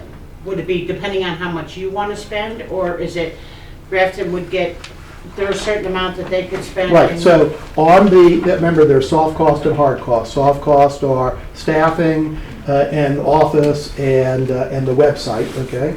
And so there's a preliminary budget for that in terms of the number of hours, the cost per hour, the hiring of the director, the assistant director, the temps, third-party hirings of vendors and things like that, okay? So there's a preliminary budget that's been developed for a 2.5-year time period. And the way That would be located where? in the community center. We would put in offices in one of the spaces, so that's part of the budget, okay, is to develop offices for that. And the way it would work is that, let's just, right now, the budget for, I think, our soft costs is $110,000, give or take, over the 2.5-year time period, right? So, each year, this oversight committee would actually form a budget for that group, depending upon whatever its experiences, proposals, and so on, okay? If that budget that is actually formed every year is greater than what we had projected, for example, okay, then the overage over and above that amount then goes based upon proportionality, so 60-40 essentially. So we would fund 40% of that excess. But remember, you're going to have an opportunity as a town board to approve whatever that budget is on an annual basis, okay? So that's part one. Part two is on the capital projects. Each town funds the 10% co-share matching depending upon where the project is located. So you don't spend any money, Grafton doesn't spend any money on the community center. We don't spend any money on the covered basketball court, as an example. Okay, let me ask you one other question. On here, you got two specific things on there. Yes. Say, people in town decide they don't want the basketball. Yep. Sorry, Laura, but they don't want that, but they want to put a playground in, or put some money towards a playground. Can you change that once the grant has been approved? So that's a challenge because the way that they ask is they ask an ROI to be determined on each project. So if you've already described a return on investment, which is soft and hard, for the particular projects that you're proposing and everything, you just can't all of a sudden say, no, we changed our mind because the state will have never evaluated those other projects. Now, could you take a project out of the process? Sure. But could you add another project in there? Probably not. You might have to, if this works, assume this works, for example, okay, and we want to expand the facilities, okay, over time, in terms of adding additional amenities or whatever, then maybe we look at the next year, okay, applying again for an expansion of that, as an example. But the nice thing about this process is realistically, you have a limited amount of staffing costs, website costs, and very limited amount of capital cost in 2025, given the timeline of when they would likely approve this and when funds would become available. And so what that forces everybody to do is then rethink what their 26 budget is going to look like. And that's, again, something that the Grafton Town Board will evaluate, the Petersburg Town Board will evaluate based upon this oversight committee's preparation. This cover on the basketball court, Yes. is that a complete enclosed cover? No, it's open-sided, it's just a canopy, correct, that's correct. And it's canopy an cover. idea. It's canopy something cover. to incorporate into the grants so we can move forward. And addressing the what you asked about a playground, there are other grants out there that address Correct, playground equipment. starting a new project. This is more about upping what is already existing in your towns and trying to Great. utilize them in a better, efficient, More effective way. way. Right. Yeah, so we already have a backstop at the Petersburg Town Park, an example, but it's a crappy backstop, it needs to be demoed, let's say, it's not safe, so we're gonna put in a professional backstop as an example, okay?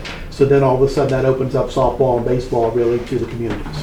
So what I offered up was the basketball court because we own it. We already own it, you Right. know, and Right. we could use some No, totally enhancements, understand. you know, right? Makes And I sense. can guarantee you, a canopy over a basketball court ain't a cheap project, Oh, okay? Because it's gonna be a metal canopy, because, I mean, you got winds and snow loads and everything else like that, so, how much? $250,000 ton? No. For steel, that's a lot to be. Not for that size. But better not be that, because that's not what we're proposing potentially, so. But you guys need to get a preliminary quote for us on that, but, yeah, that would be a little much, so. didn't you already say you got preliminary quotes On everything except for the canopy. I don't have a Okay. canopy, and I don't have a utilities connection quote yet for your library, your community library. They're already hooked up. They already. Oh, they already are? Just- Okay, well, yes, that I just eliminates covered that, okay. yes, So you have water and electricity? They have water access and they have full Oh, electricity. okay, fine, perfect. I Okay, know, thank right? you. All right. So, New York State grant. Oh, very good, very good. I saw Chris Schillinger had a question. Sorry. I just wondered, you said this has been done before, this grant has been an ongoing thing? Yes. In the past. How successful has it been in other instances that? I don't know, I can tell you the types of grants that they offered, okay? that'll give you some indication, all right? So I printed out that. I figured somebody would ask me that. I looked at them and I was kind of intrigued because some of them I thought, wow, that's it? All right, so, hold on, here we go, okay, so I'll just give you for 2023. So Tompkins County had a rapid medical response program. North Hempstead had a forestry management program, a joint community forestry management program. So I assume that was with another community as well. Rockport Fire District had a mutual aid college student bunk-in program. The Village of Rensselaer Falls had a village and library shared facility resiliency program. Albany County had a shared records management program. Montgomery County had a countrywide law enforcement information technology program. And the city of Waterville had a code enforcement collaboration study. And all total, they awarded about a little over $2 million last year. So it's things that are designed to create efficiencies and effectiveness within government. And there's a scoring system, and the more governments you can add into the mix, okay, the higher the score that you get. So yes, a single town could propose something, okay, as some of these communities have, but it may not score well. So merging together for that type of person, or that type of purpose is a really good idea. I'm not sure what the draft is getting out of it. My own. Fair enough. I mean, you guys can, have that conversation just like we'll have it in Petersburg, so. So now, because the water and electric's been hooked up, that. Yeah, we only had, it was only a few $1,000s that we had for that, so it was pretty minimal. The rest of it, what happens if Grafton doesn't use all their money? And it doesn't use it for that particular capital project. Same thing with Petersburg. So I've got a quote for the upgrading the electrical, the HVAC system at the community center for installing, transitioning from oil-fired furnaces and air conditioning to air source heat pump system. Okay, they aren't cheap as well too, right? So we did something similar for our library building recently, and that's $98,000. But I take the risk right now that if that project ends up at $130,000, okay, Petersburg eats that differential.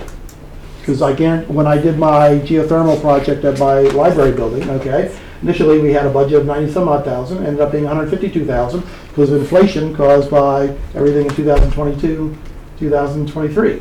So who's to say that, a year from now, 2 years from now, when all this stuff gets implemented, that the ultimate cost is higher than what you project. You just hope that, the costs don't get out of control. So, and then you have the option, you could say, costs have gotten out of control, we don't want to pay that overage, we're just not going to do that project.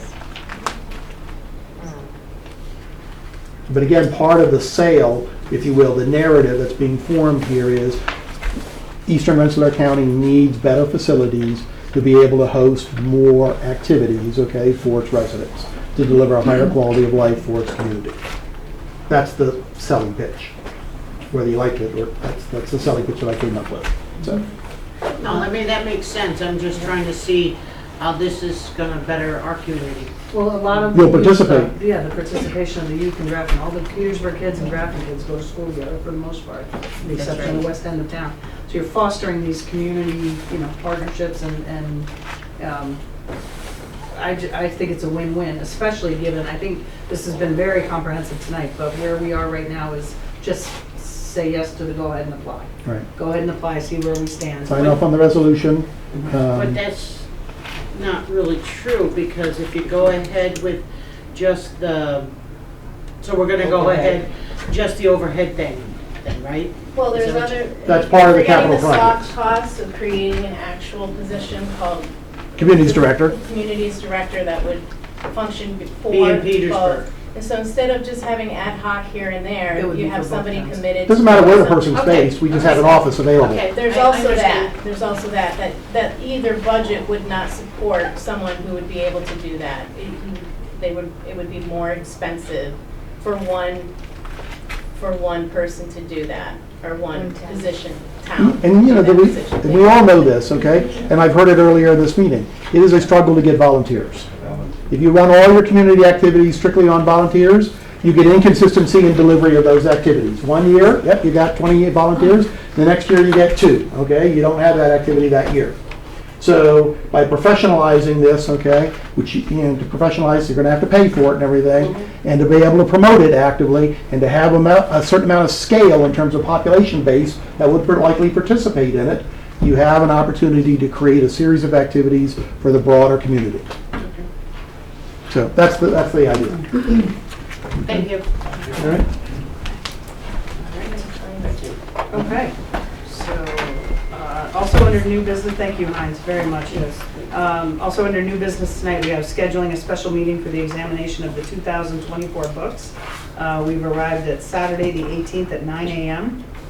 To do that. This will be a special meeting, so we can also address other items that may be. Did the way you said it to me earlier is that you wanted to make a motion to schedule a special meeting for financial budget and other appropriate town matters to be reviewed?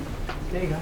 That's what you That's what I said. was just. So that allows you not only to do the year-end closeout resolutions, yeah, but and look at those and- any appropriate things you want to deal with. Can we still do it Saturday at 9 a.m.? You sure can. Everybody's gonna have their books ready and everything. Yeah, yes, I mean, mine are ready, town clerk's ready, yep, the judges, yep, and the tax collector. So, okay, all right, under motions, we'll go ahead and set that meeting. All right, under old business. Wait, new. Oh, new?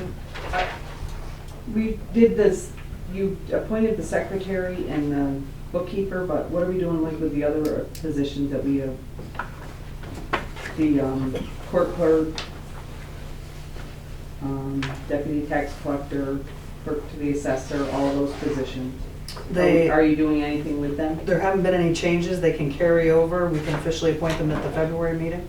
If we don't make new appointments, they carry over, right? Deputy tax collector is appointed by the tax collector, so you have to set the budget to have there be money there for that person. But then if the if the tax collector wants to give Rebecca a certificate of appointment, saying I hereby appoint this, but it's Yeah, like you, she did. same as you. Oh, then these guys are out. Sorry, guys. Well, why, okay, well, okay, so the cleaning person, no, who appoints the cleaning person? Well, these guys do, except here's how it works for non-elected officials. If you appoint John Smith or Mary Jones as your cleaning person at $10 an hour, and that holds over year to year to year until such time as you then change it and say to that person, no, we're moving on to someone else, or we're making a change. So what you have to look at is who are you changing? If you're not changing anybody, they can hold over. Unless you got, well, even the zoning board and planning board members who have terms of definite duration, we don't know issues there? Okay. Well, we have as Board of Assessment Review, we have that one person that term expired. So you want to do that, appoint somebody, if their term expired, they hold over, but usually, like, we just had this with another municipality where they were like 2 years late on reappointing people. So you should keep it up. Because this position ran out in September. There you go. So that's one you should do a resolution just saying we hereby reappoint this person. Because they have terms, whereas a lot of the other people, the cleaning person, et cetera, they don't have terms. So can we do that in February? Sure. So we have the one position, Board of Assessment Review, all the rest are carryovers? Yeah, the only worry you have with Board of Assessment Review is they have to go for training, and the county offers the training, and then they have their busy time, April, May. Right, so we got it done in February. You'd be all good to right. go. Okay, any other new business? Ingrid, the only thing I want to bring up is that Veterans Memorial down there needs a lot of work. We have money for the veterans.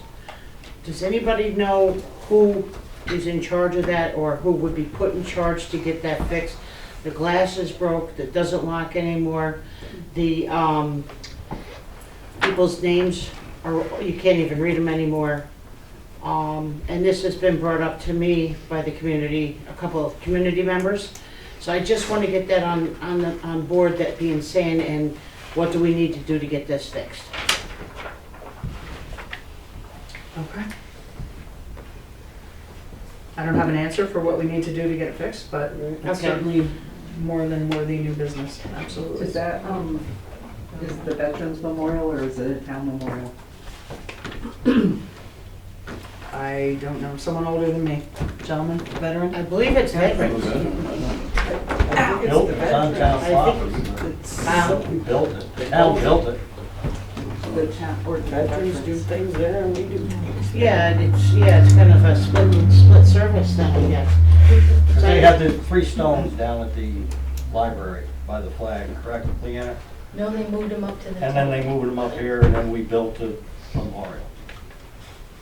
And the town built it. We did that in unison with the septic system for the new senior center, the water lines, everything. So are you saying that it's the town's responsibility then? Yeah. I always took care of it. We all volunteered and took care of it. You know. Would your local post commander have some input, or would he have any knowledge of it? They just got so old, they used to take care of it, you know, the Irv Masons and everybody, but they're gone. well, Lenny Klaus is a young. We used to take care of it. Our post In the commander last now 2 is. years, Tom, it's been you that I'm aware of. You put a lot of effort, and a lot of your time down there.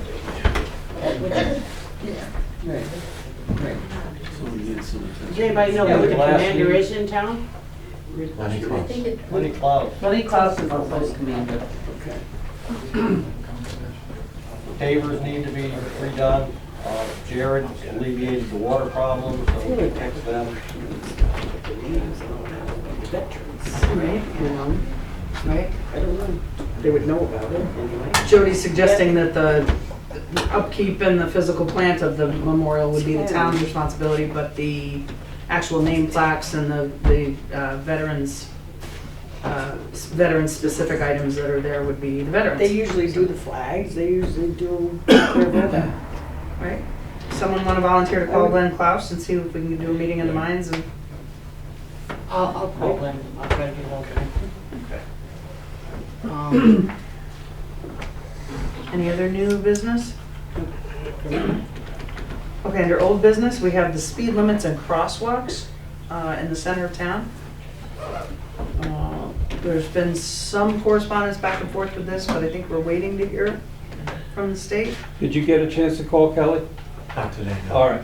So New York State DOT Traffic Safety Office has your request for them to look at the issue, and they have not responded to me, and I don't think they responded to you, right? I haven't received But it's not anything. Have you received unusual anything? for that office to take a while. Not unusual for them to take a while? Correct. Okay, all right, so there's the status for that, that's tied up with New York State. The status of the sewer line at the town hall, we've gone over that, our most recent estimate, or the estimate we have is for 9,900. But it's holding its own right now. Let me move on to assorted maintenance and repairs at the senior center. Kuplo is gonna do in the spring, also with the new fence for the garbage cans, because he has to dig new holes and everything. Piers can't dig them down there in the winter time. Kuplo strictly cosmetic, he took care of the roof, there's no danger of leaks or anything. And he has to rebuild the whole thing. And then painting, he said that February, the second week in February, that he's gonna come up and start doing interior work. He has a job he's finishing up now. And I talked to him today, and he said mid-February. Because did I hear there was a leak in there today too? No, that was just the furnace again, one of the buckets tipped over.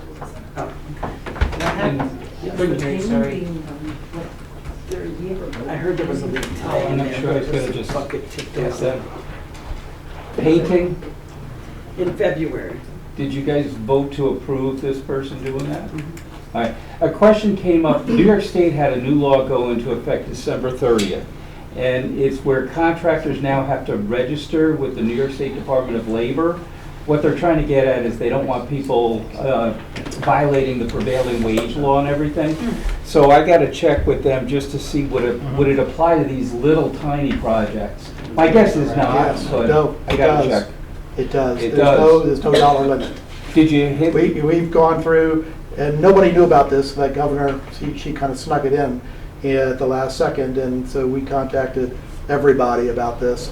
They were all shocked by it, but there's no minimum amount. Any public works project, which includes anything that you do to a building, essentially, okay, the contractor has to be registered. Heinz, did anybody give you that in like a written opinion? No, just it was all conversation. All right, Because I'll- everybody was surprised until they actually, I gave them the reference, they read the law, and they realized there's no outs in it. I will just, you know me, I gotta get it in writing, so Yeah. I'll contact the Association of Towns just to have, That's fine. Wade or one of the guys give me a letter, just confirming that.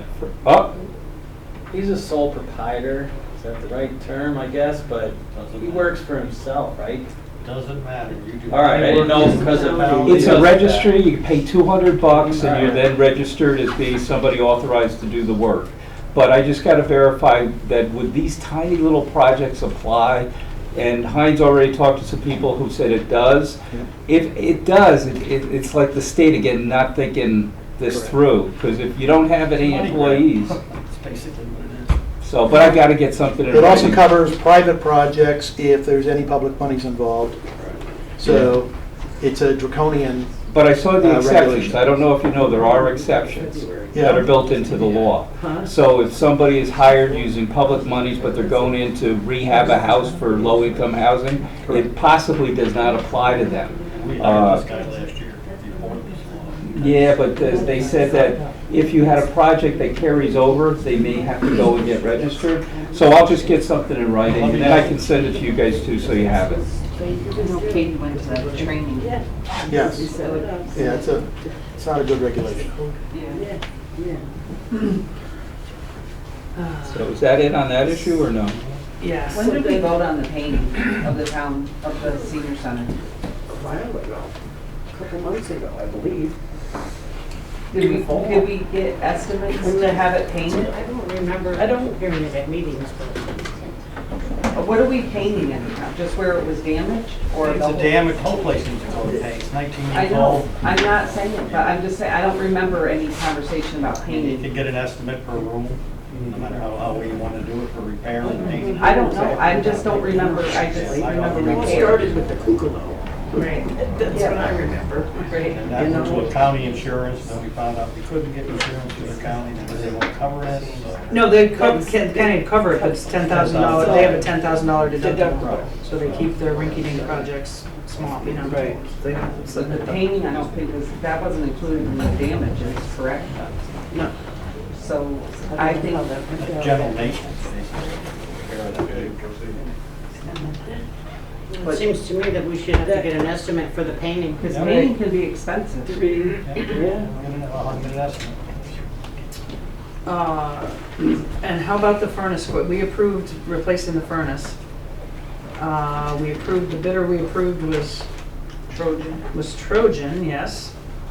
And now Trojan is letting us know, what, Tom? Basically, that furnace is running, during that cold weather, it could not keep up. It has done it in the past.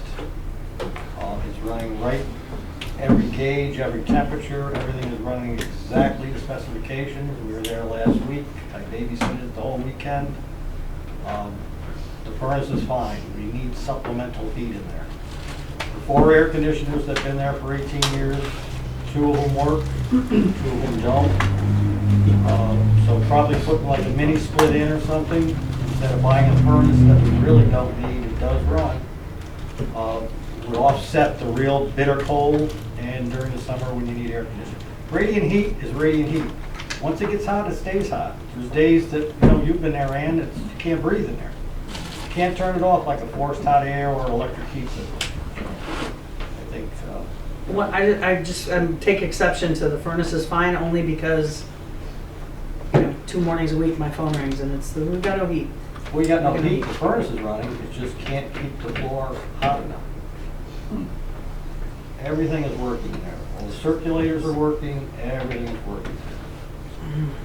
The furnace last year needed a couple electronic parts. It's 18 years old. And you see that working another good 5-10 years?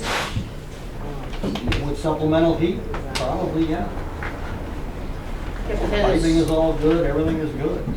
It's just, the guy talked English right from the horse's mouth. The guy says Yeah, he did. He said that furnace can't keep up with the demands of the building in that sort of extreme temperature, but you know, the windows in the place, I went around, got the windows are all racked. They're older windows, it's 19 years old. A lot of the windows were, I had to jim them to get them shut, so they properly sealed. You hear the wind blow, that made a big difference. Stone buildings. Is the furnace a bigger furnace, the new one that we were Nope. gonna get? Exactly the same BTU outlet. You can't push any more water through the system. It's a radiant heat floor. Everything's flowing, the gauges, he did all the tests on it. It's going in at 120, it's coming out at 7. It just could not keep up in that cold. I don't know, good question. Yeah, I do know. Can I make a Chair suggestion? and Christopher Rowley, Rowley Brothers, and ask them? Call anybody you want. Can we make a suggestion that we have these three people, these three companies come back and tell us exactly what's wrong, what's needed, and what the cost is? Right. Instead of just telling we need a new boiler. Well, that was the impression that they got. We asked them, put a bid out, put a new boiler in. Okay, not that, what do we need? It's, we want a new boiler. That's what they gave us the price for. Okay, Trojan does every school, municipality, big place around here for 100 years. I know their stuff. And when the guy came to me and said of selling us a $15,000 boiler, he said it's working fine. We need supplemental heat in here. But if we put new stuff in, why would we need supplemental heat? So you're saying have them both instead of just replacing and getting this heater? This heater works fine 95% of the time until you get that bitter cold. You cannot override that bitter cold. But is it worth putting that amount of money? I don't know how much they cost. Well, a mini split, you're getting heat, so you can use it in the spring and the fall when you don't really need the radiant heat floor going. Okay, but what's the cost of that? You have to get a price of that. And they're gonna take care of your air conditioning too also, which you have them down there. Basically, it works. But I just can't see us putting all this $15,000 or something into a heater that's not gonna work. Well, it works. Well, it's not working enough, it's not gonna help the problem. Unfortunately, we have The whole thing seniors. was a poor design. Uh-huh. It was a poor design to put that type of heat in there. But it's been there for 18 years, you said? Been there for 18 years, and every winter when we get bitter cold weather, it will not keep up. And I also recommend to get ceiling fans in there with the high ceiling is in that. 18-foot ceiling in there that only heat rises. If I shut the kitchen doors, if the fans aren't on, drawing the heat out, and everything is shut, it'll maintain the heat.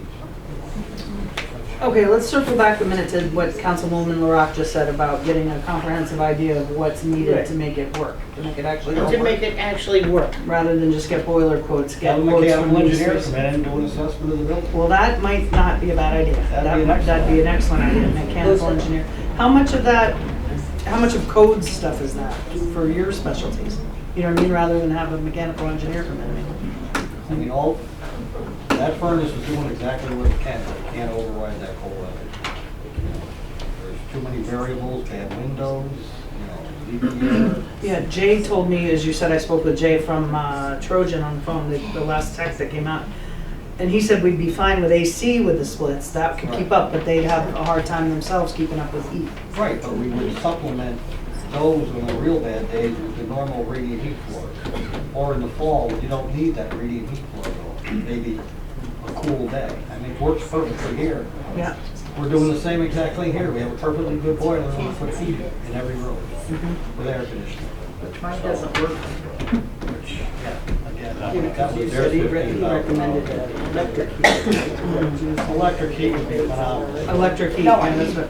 I Two bigger understand that, but I ceilings, really two don't- bigger rooms.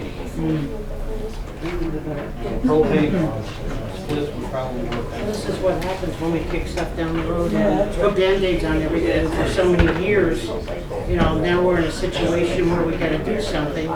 And I think we gotta see which is gonna be cost effective. And I would like to see, that's exactly me too.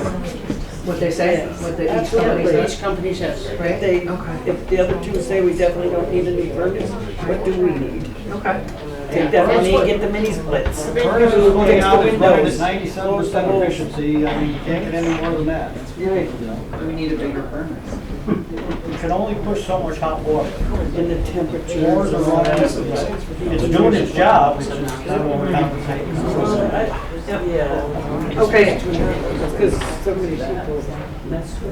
Okay, just to address this as best we can, I think that's a great idea that we do an analysis of the building, see what we need, what's hurting, you know, a professional analysis. And call the same 3 people. These 3 people back for the boiler and the heating system, and then have someone look at the windows. Do we you know, need, what do else we is need to needed? make a motion on that? I've made a note. to Are make you a motion. soliciting quotes?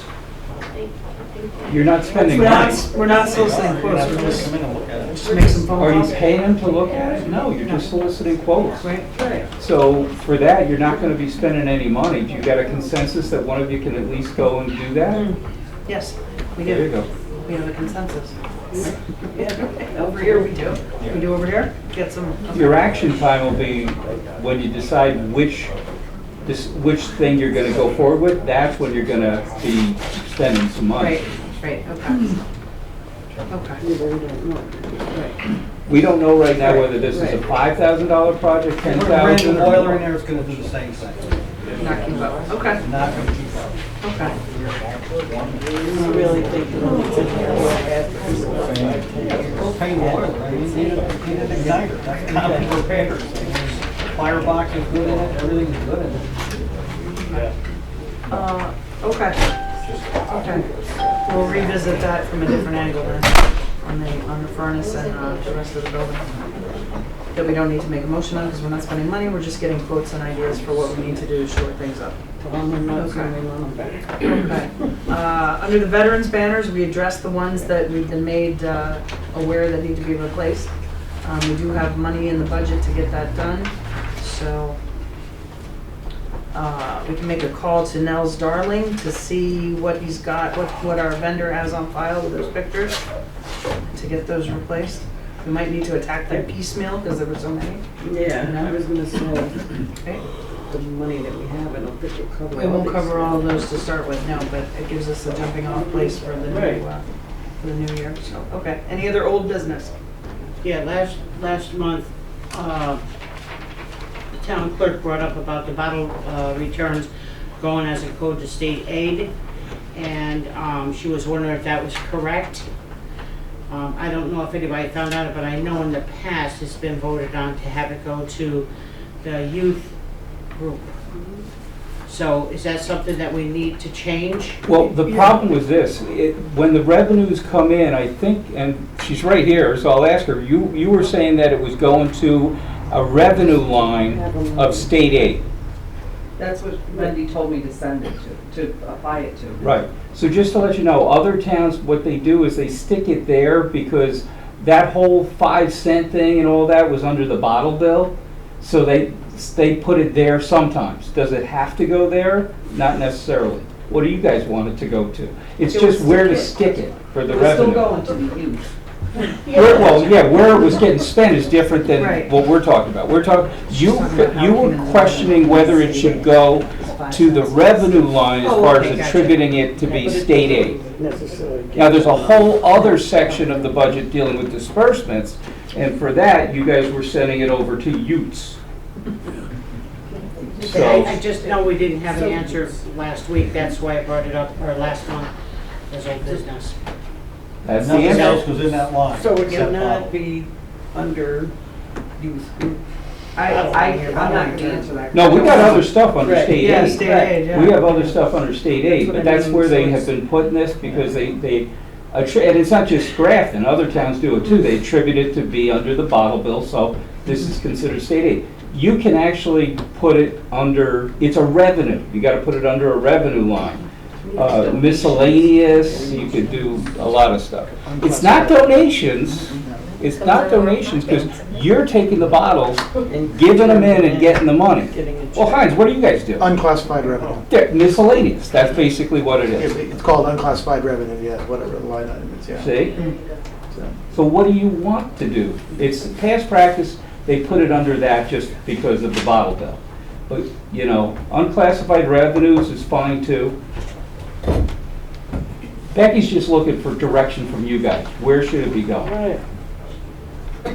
I was happy when it was going to state aid, you know? Being attributed, revenue being attributed to that line item, state aid. But if you want to call it unclassified. I would just wanted to clarify, Right, where it's I don't going. care what you call it. I just want to know what's going where, Mhm. and that's specifically bottom line. Yeah, like going to the youth program. Well, that's a whole separate issue that she had. there, we know, Mm-hmm. you know what I mean? That All seemed to be the right. I don't hard know if we part. ever came up with a number for the bottle money. Did we? Not that I know Laura, of. did you ever get it? Okay. I mean, That's that's what started that's this the whole board, you know, like, Decision. how that's spent, so. Is there any way to have it as a state aid, parentheses, bottle money? So it's under that, but be it separate from the other state aid, so you know exactly how much is coming in? Vicky for 4, 5, 6 years kept track of bottle money on her clerk's reports. So I suggested that we go back through the clerk reports and glean it off there. We don't get a check every month by any stretch. We get one maybe every 3 months from when he picks up the bottles. So we could easily go back through and say, you know, $158.13 and $200 here and. But last year on the AUD report, she had it, she had that listed, the bottle money. Okay, as bottle money, that's what she called it on Yeah. it? Okay, and what was the amount? I don't remember off the top of my head what the amount was. Okay, okay. But she had, because that's, Wendy is the one that asked me to put it under state aid. Okay. And that's, I just want to verify. On your that- reports? On my report, when I get the check. Okay. So I just need to know if that's where you guys want that to be. That sounds fine to me, unless we want to call it unclassified revenue. Once again, you call it whatever you want, as long as it's being accounted for as a revenue coming in. But are you benefiting by this? Are we? It should be. They should be benefiting from it, but we don't know to how much they can benefit or what they can That's right. spend There. unless we, and it sounds to me, the only tracking way we have is to go back through. But what is Wendy's Wendy AUD doing? report will cover 1 year. It's gonna cover 1 Right. year. the what's So there. every year though, could we? Sure, pull it off your reports. Yes, you get that revenue, it comes to you, you deposit it. It's not something I can track through, you know, what I deposit. Where does it go, where does it show on the revenues on our monthly report then, your monthly report? It doesn't show on mine, it shows on yours. Wendy doesn't include that anywhere? I don't know. She's got it. She does. Then it's gotta be, then it's under state aid revenue, It's and that's where revenue, she it has has to it, show it yeah. somewhere. Yeah. And again, it doesn't change every month. Right. Yeah, I think whatever's the easiest way, the best way. Pardon me? Every couple of months. Yes, because you can They call come someone to to get the bottles. And they come to get the bottles, yes. Yes. It's not like a regular. Does day. anything else go in that state aid line? Oh, it does. So why don't we mark it as what Heinz said, and can you just put, what did he call it? Revenue for youths. No, You it's, can't do no, there's two sides, revenue and expenses. I understand that. So here you put it as unclassified revenue, That would be. and then over here, you're gonna have expenditures for youth. And you guys know, the way it works is you do a budget, an estimate, and you estimate how much money you're gonna get in unclassified revenues, I'll use that. All right, and over here, you put an estimate of how much you're gonna spend on the youth. You guys already know that that's how you account for it. The money comes in and the money gets spent here. Okay, then we might as well leave it the way it is. There's no sense in changing just the words for, Well, if it's causing confusion, use unclassified, And there's not a total amount. because it's really not state aid. Thank you. I used the term miscellaneous earlier, but it's the same thing. It's just, you get a little bit of money here, a little bit of money there, you put it all into unclassified. Sounds good. to me. Really not state aid though, but you started Not with state aid. other towns do it the same way. They put it in Because there. they're doing the same mistake. Okay, okay, so it doesn't make it Right. right. Thank you, Bill. I feel so much better about life now. Do the change, change it. Yeah, we do have that.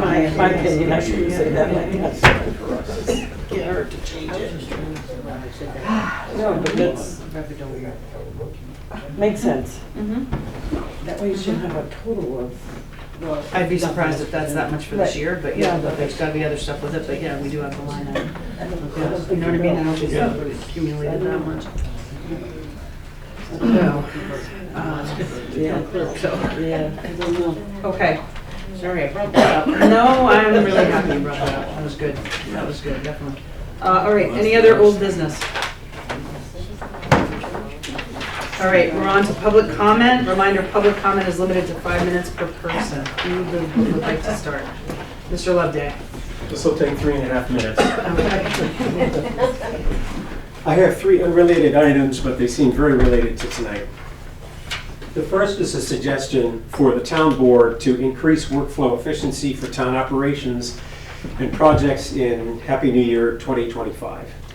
I understand that you probably have a system in place already, but it's worth mentioning another type. There may be parts of my suggestion that you could use. My idea is a project tracking system using a spreadsheet. A tracking spreadsheet would help in 2 ways. It would promote project completion by keeping board members more frequently focused in discussions on town business, and it may help the board to complete their work more rapidly.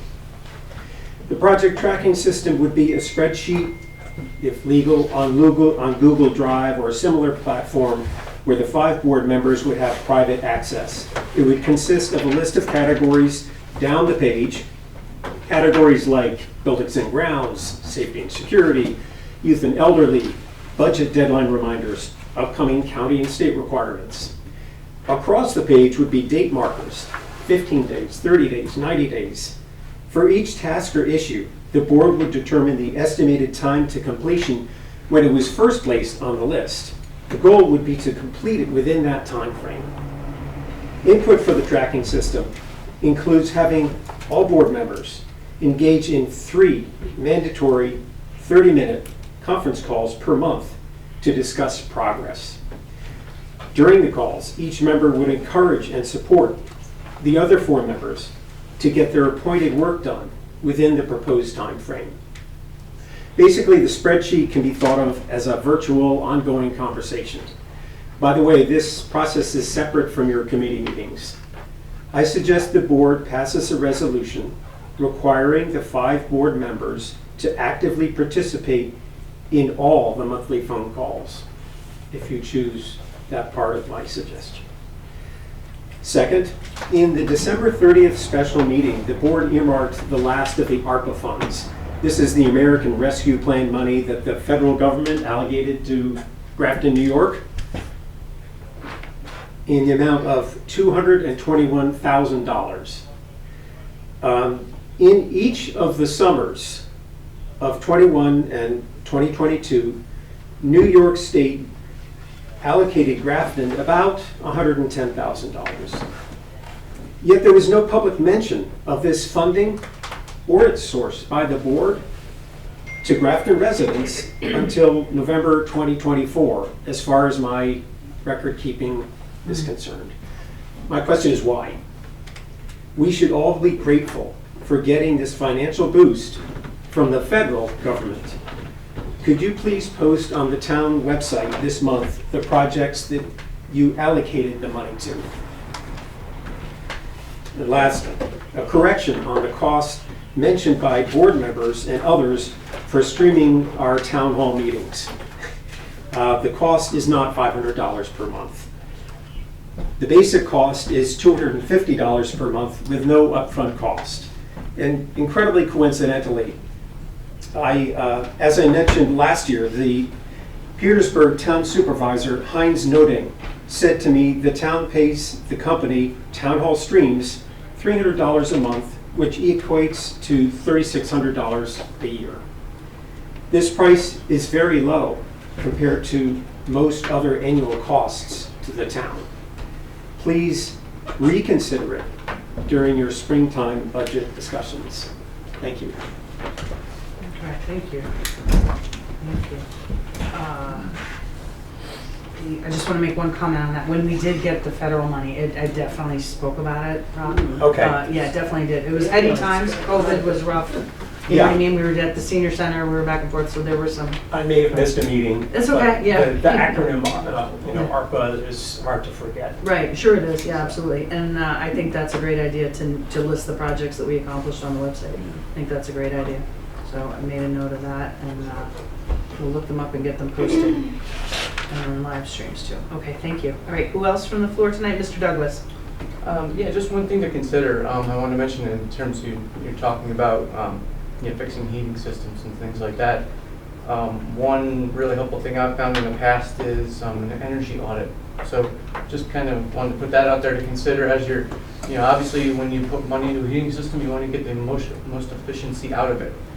So an energy audit is very low cost. You can do it on both buildings, and they can identify areas like what Councilman Witkowski mentioned about windows, things like that that are leaking. They're basically where your air, is going out the window, literally. Things like that. So they're, again, low cost, maybe something to consider at the same time as doing it when you're addressing the heating system, because that's a perfect time actually to know what those issues are. Great idea. Yeah. Okay. All right, thank you, Mr. Douglas. All right, who else tonight? Pat Bush. Hi. I just wanted to welcome Nancy to the board. A breath of fresh air, I think. And I was just wondering where her name plate is. And the other thing is the special meeting on the 18th, you said that was? Yes, Saturday Now, morning. is the tax collector part of that, you said, or not? Her books will be available from 2024. Okay. This is the Not annual audit her, of books. right? I'm sorry? Not her. She won't Just- physically be in the room where her books are, but she'll be in the town clerk's office accepting taxes. Taxes, At that okay, point, yeah. I think 10 to 2 or 9. 10 o'clock, yeah. 10 to 2? 10 to 2. But I was just wondering where Nancy's name It's plate on is. order. I'm Is that sorry order? that it didn't get here. It's on order. We just want to make sure she liked it here Yeah, first. no, I before was we just maybe- wondering. You don't want anybody to know. No, I was just totally wondering, I don't know how long it takes, but I mean, being she was elected in November, it's been 3 months. It's on order. So, It's on order. okay. Yep. That's So what she'll I have thought. that. She'll be Pretty much. official. Okay. All right, who else from the floor tonight? Keith Sweet, back of the room. Hello, Mr. Mr. Loveday Yes. up and is mentioning to you how to become more efficient, with your practices, what you do. And, I remind you, all of you, you're dedicated town fathers, and you have thankless jobs. And you're not robots, You're not computer programmed. You're all governed by human thoughts, and you temper things with what's right and wrong. And we appreciate all of you. But remember, you're not a machine, you're not a computer, and you shouldn't be asked to operate in such a fashion. Myself, that's how I believe. Could I have 3.5 minutes, so I have another minute? So could I please speak for 30 seconds? So I thought long and hard about this. I came up with this idea, and I didn't really think I should say it in public. And I've had it for several months. And when I speak, it's very important to me to say what I need to say. I have a lot of emotion in it. I have a lot of caring for this town. I know they're not robots. They're individuals. They have families. They're beautiful people. That's great. And I'm not asking for them to work 24/7. I know they have a completely different life outside of here.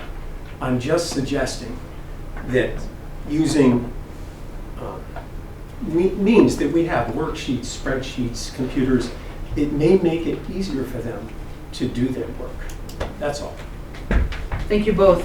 Thank you both for insightful, thoughtful comments. Thank you. Truly. You said we have a life outside of here? We do? Really? Who else next? Can we finish big with Ann Calabra? Okay, Ann, you're on. Last? Yes. I had a couple things. I always have a couple things. One of them, I'm noticing a lot when I'm recording that we've got a very slow connection and I lose connection a lot. And I thought that when you updated the internet that it was supposed to be better. I'm not noticing it. I don't know if it affects anyone else, but I wanted to bring that up. I was thinking with the grant, the top over the base with the basketball thing might be good. I don't know. I never see anybody at basketball court, honestly. I was thinking solar panels here for electricity might be a positive thing. How about putting the money towards a kennel that the whole neighborhood, that the whole community could use? That might be a perfect thing to be as A kennel? a cat. Like if your dog is bored at your house, just want to buy or what? No, I've got 6 dogs right now, I don't need a dog. No, but just because Vicky's looking for a place to put dogs as a temporary thing, maybe that would be the perfect thing to put that grant money for. Right, yeah.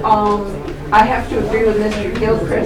Gilchrist about the town green use. I never see it being used. It's a beautiful piece of property, and I never see anybody there. Nobody walks through it, nobody has a picnic on the lawn, just nothing. His idea of having a pavilion there that people could use might be good. You could do the same thing where you have a reservation system, whatever. I mean, I realize we've got the state park, but you have to pay to get in there, and I don't know if you have to pay to use the pavilions. That I'm not sure, I've never tried. But the park's right there, and no one uses it. It seems like a really big waste. It's a great piece of property, but you know, you have the Christmas Tree Festival and you have the Town Festival, so 2 days out of the whole year that's in use, and it just seems like a waste. Let's see. I had a thing about Nancy too, but that's already been addressed. It said it's been 2 months. Did they think that she was going to give up before she came? I don't know.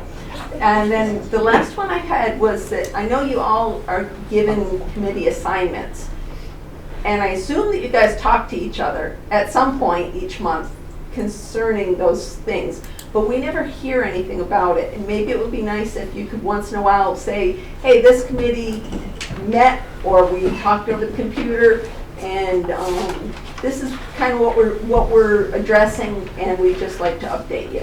It might be a good idea so that we know, so we can see, yes, you're actually doing something. With Rob's comment about the flow sheet, we don't generally see progress. We'll ask for months and months and months. How about this? Can you do this? Can you do that? And we never hear any of the discussion between you guys towards those. Whether you're just ignoring us, that may be a totally different topic. But if you're working towards it, it would be nice to see a progress report once in a while. That's all I had. Thank you. Thank you. As far as committee assignments, you all have noticed the supervisor didn't make her committee assignments this evening. I'll be doing that in February after passing the sign-up sheet amongst the board members to see what committees that they have interest in and feel they can add to. So we'll be doing that. Okay, anyone else from the floor tonight? No? Okay. Thank you. Thank you for that. Okay, we have resolution number, what did we leave off, 19 with this be? 19 we made readopting the New York State building and So we're on 20. We're on 20? All right. Resolution number 20 of 2025 concerns the grant about which we were speaking earlier. Resolution number 20 of 2025, submission of a local government efficiency grant application. Whereas the state of New York has made available up to $8 million in funding for local communities to expand or develop new local service delivery initiatives that will reduce the cost of current or future municipal operations, incorporate new technologies and processes to modernize the delivery of local services. The LGE program requires that local governments work together in these efforts to meet the current and emerging needs of their constituents. And whereas the towns of Petersburg and Grafton have been working together to evaluate the functional consolidation of its community activities administration to maximize community participation and to justify additional capital investment in local assets that can host such activities. And whereas by themselves, each town lacks scale due to its limited population and tax base and has significant financial limitations to achieving cost efficiencies from current levels of expense appropriation and new capital investment that support greater participation in activities implementation. Resolved, each town through their respective town boards herein agrees to support the submission of the LGE grant application. Both town boards agree this is a unique opportunity to create a cost-efficient, functional consolidation of its activities administration while justifying a capital investment program that can greatly expand the number and type of community activities offered to the public. Be it further resolved, after submission of the LGE application, each town board commits to host public hearings to seek and gain greater public input for this functional consolidation and to better explain the economic justification for this project initiative between the towns of Petersburg and Grafton. I would like to make a motion to adopt Resolution 20 of 2025. May I please have a second? Second. All right, second by Councilman McCuskey. Thank you, Tom. Councilwoman LaRock, Yes. Councilwoman DeShane, Yes. Councilman Hoyt, Yes. Councilman McCuskey, Yes. and Supervisor Bender. Yes. Thank you. Good job. Thank you, Town Board. Thank you, the rest Supervisor keeps Noting, going for good. your work, and thanks, Laura, for your cheerleading, positive outlook. Thank you. Heinz too. Yeah, Wonderful. Yeah, Heinz, no, I thanked Heinz. I did, I thanked him. Okay, I didn't hear it. I It can't hurt, right? Resolution number 21 is authorizing the issuance of keys and access codes for new town personnel. We have a few new people and a few people back in, so I would like to make a motion to adopt Resolution 21, authorizing the issuance of keys and access codes for new town personnel. May I have a second? Do we have to have keys made? We will have to, because some of them are Medico keys that are, we have to have them made. We know what we need. We don't, but we will. Okay. Okay? So, yes, and the town clerk is the keeper of the keys. The log of who has them, how they've been, is that something that you inherited that's functional? It's a working process. A working process, okay, great. Thank you. People have access, I don't even know how they get in, but they do. Okay, maybe in process, you can glean some of that from what you've inherited, and we'll go from there. But that's great. So new and returning personnel will have access as appropriate. Okay, seconded by Councilwoman DeShane. And that was 21. Yep. Councilwoman LaRock. Abstain, because I'm one of those. Oh, you're getting a key? I don't know. No, you don't have to abstain from that one. Oh, okay, then. Yes. Key and a name tag. Yeah. Totally easy. Easy part. Councilwoman DeShane. Yes. Councilman Hoyt. Yes. Councilman McCuskey. Sorry. Yes. And Supervisor Bender. Yes. Okay, and then we have resolution number 22, authorizing the town supervisor to sign the contract with Columbia Green Humane Society for animal control services. I'd like to make a motion to, hold on one second. Okay. Whereas the town of Grafton is in need of mandated animal control services for the town of Grafton for the year 2025, and whereas the town council has been advised that the Columbia Green Humane Society is willing to provide such services per the attached contract and good cause appearing therefore, now therefore be it resolved that the town of Grafton hereby approves the attached contract with Columbia Green Humane Society for Animal Control Services on behalf of the town of Grafton for 2025 for the amounts set forth in the attached contract. I'd like to make a motion to adopt Resolution 22. May I have a second? Second. Seconded by Councilman Hoyt. Councilwoman LaRock. Yes. Councilwoman DeShane. Yes. Councilman Hoyt. Yes. Councilman McCuskey. Yes. Supervisor Bender. Yes. Yes. Okay, all right, good. I'll get those signed and forwarded appropriately. We need to make a motion to provide a cell phone for the planning board chairman. I'd like to make a motion that the town board provides that for the planning board chairman. May I have a second? I'll second that. So this will become 23, because we're spending money.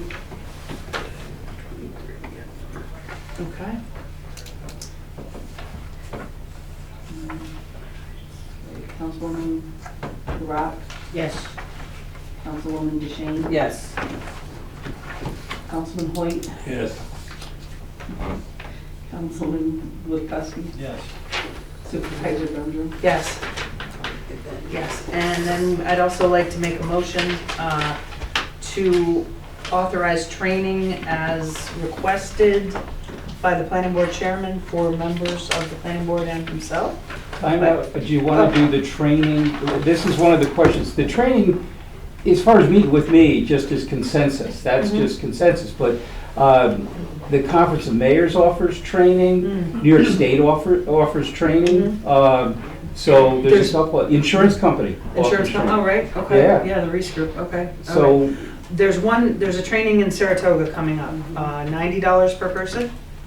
And you think About 4 or 5 days to register. Yeah. Do you want to, would you like to attend that one and get some of your members to go? I would go to that training in a heartbeat, and 1 or 2 other members might go. Okay. You're not going to get everybody to go. Okay, you're chairman. You want to go and see if you can get some members? Sure. All right, so we'll make a motion that Chairman Gilchrist is authorized to sign up for and Chairman expend the Gilchrist funds. and such members of the planning board, they have to get 4 hours a year Right. of training in. Right. So this would count. Right. So that's how I would word it. That might be an answer to your question What? Yeah, they have to go. about training. The meeting with me doesn't qualify for their certified training, I don't believe. Well, it can if the board approves. That's going through the exemption provision. Right. I would feel more comfortable with you guys actually getting the certified training, because you can do it through those tape things Conference of Mayors has, New York State has them too, or you can actually participate in the ones. But I would do the one in Saratoga, because that's coming up fast, and then we'll research what other ones are available in the near future. I think Conference of Mayors does like twice a year for that. In the Hudson Valley one. Oh, and the Planning Federation, they do one. Yeah, that. That's too expensive? Yeah. Okay. That group costs A lot. Okay, I'm hearing consensus up here that Chairman Gilchrist has requested to do the Saratoga one. That you authorize him and such members of the planning board as are available to attend that at a cost to the town. Okay, Including mine. okay. Can we have a second? Including mileage, yes. Yes. I'll second it. Well, you did the mileage earlier. We so did the that's already mileage, covered. yes. We make sure, yes, mileage is reimbursable. Nancy second. Yep, Nancy seconded. Councilwoman LaRock, Yes. Councilwoman DeShane. Yes. Councilman Hoyt, Yes. and Councilman Woodcuski. Supervisor Dundrum. Yes. Okay, I think that covered what we, Oh, no, what do we have more? did you do the resolution or the motion scheduling your special meeting yet? Oh, and then this, what do you do with this? Right, okay. This that Councilwoman DeShane is holding up is the estimate to put the grinder pump into the sewer line. We're gonna get other estimates, is that what, right? What do you think? I mean, we already have two. You guys I tell me didn't what get to the do. estimate, but we got two people Yeah. telling us the same thing. Okay. Who else told? Ava Park told us that that had to be ripped up and stuff. And what was their Months. estimate? They didn't give an estimate, they just told us that that's what they would have to do. What's the amount? Because they put the camera under there. $99.65. No, but what's the amount where you have to get 3 estimates? Didn't they put the camera It's- under there and do all that? Okay, I'd like to make a motion to get additional estimates for the sewer line repair for the town hall. May I have a second? I'll second it. All right. That'll be resolution number 25. Does that have to be a resolution to get quotes? No, good call, Becky. Nope, just a motion. Motion for quotes. Yikes. Okay. Motion for quotes for the senior center and then, I'm sorry, the septic line. Okay, yeah, take that back. And then, okay, I'd like to make a motion that we do our annual examination of the books. Go, Phil. You want to have a special meeting scheduled to do your annual examination of the books, the financial budget, and other appropriate town matters on Saturday 18. January 18th at 9 at a.m. 9 a.m. May I have a second? And I will second that. Okay.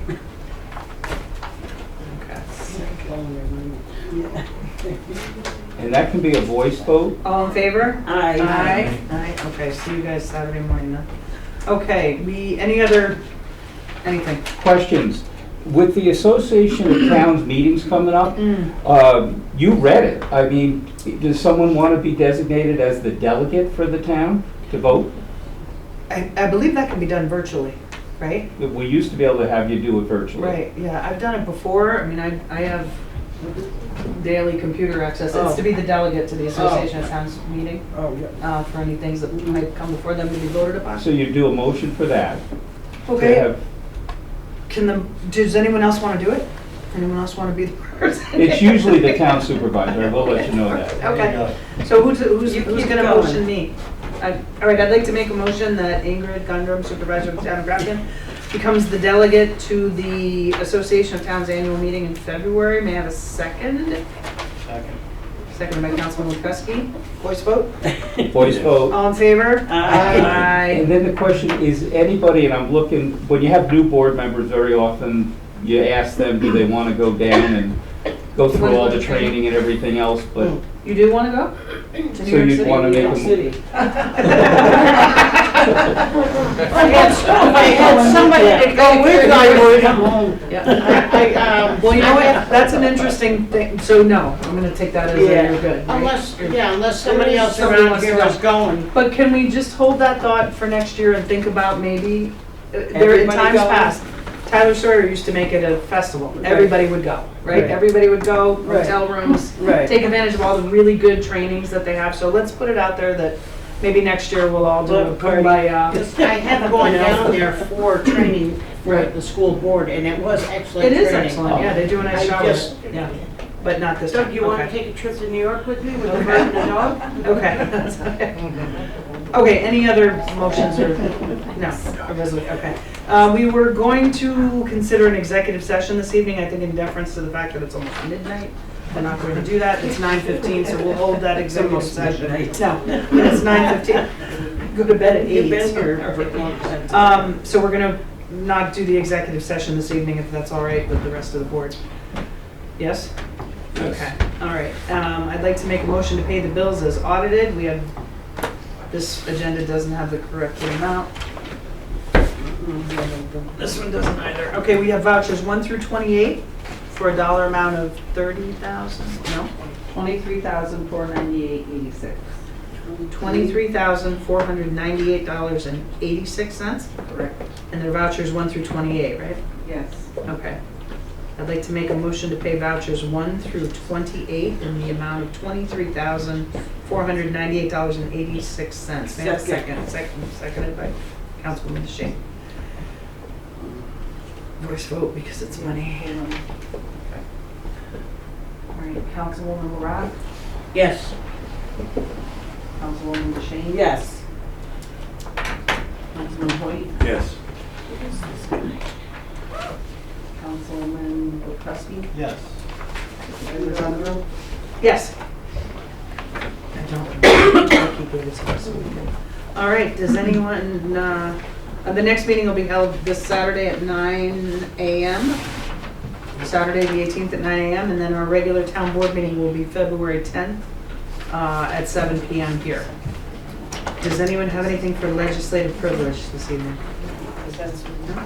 Okay, I would like to, I'd like to make a motion to adjourn this evening in loving memory of William J. Schreiber Jr. And I would also like to adjourn in loving memory of Assistant Chief Alan Kennedy with the Berlin Fire Department, a great local community member of the. May I have a second? All right, all in favor? Aye. Oh, wow, thank you, everyone. Thank you for your time.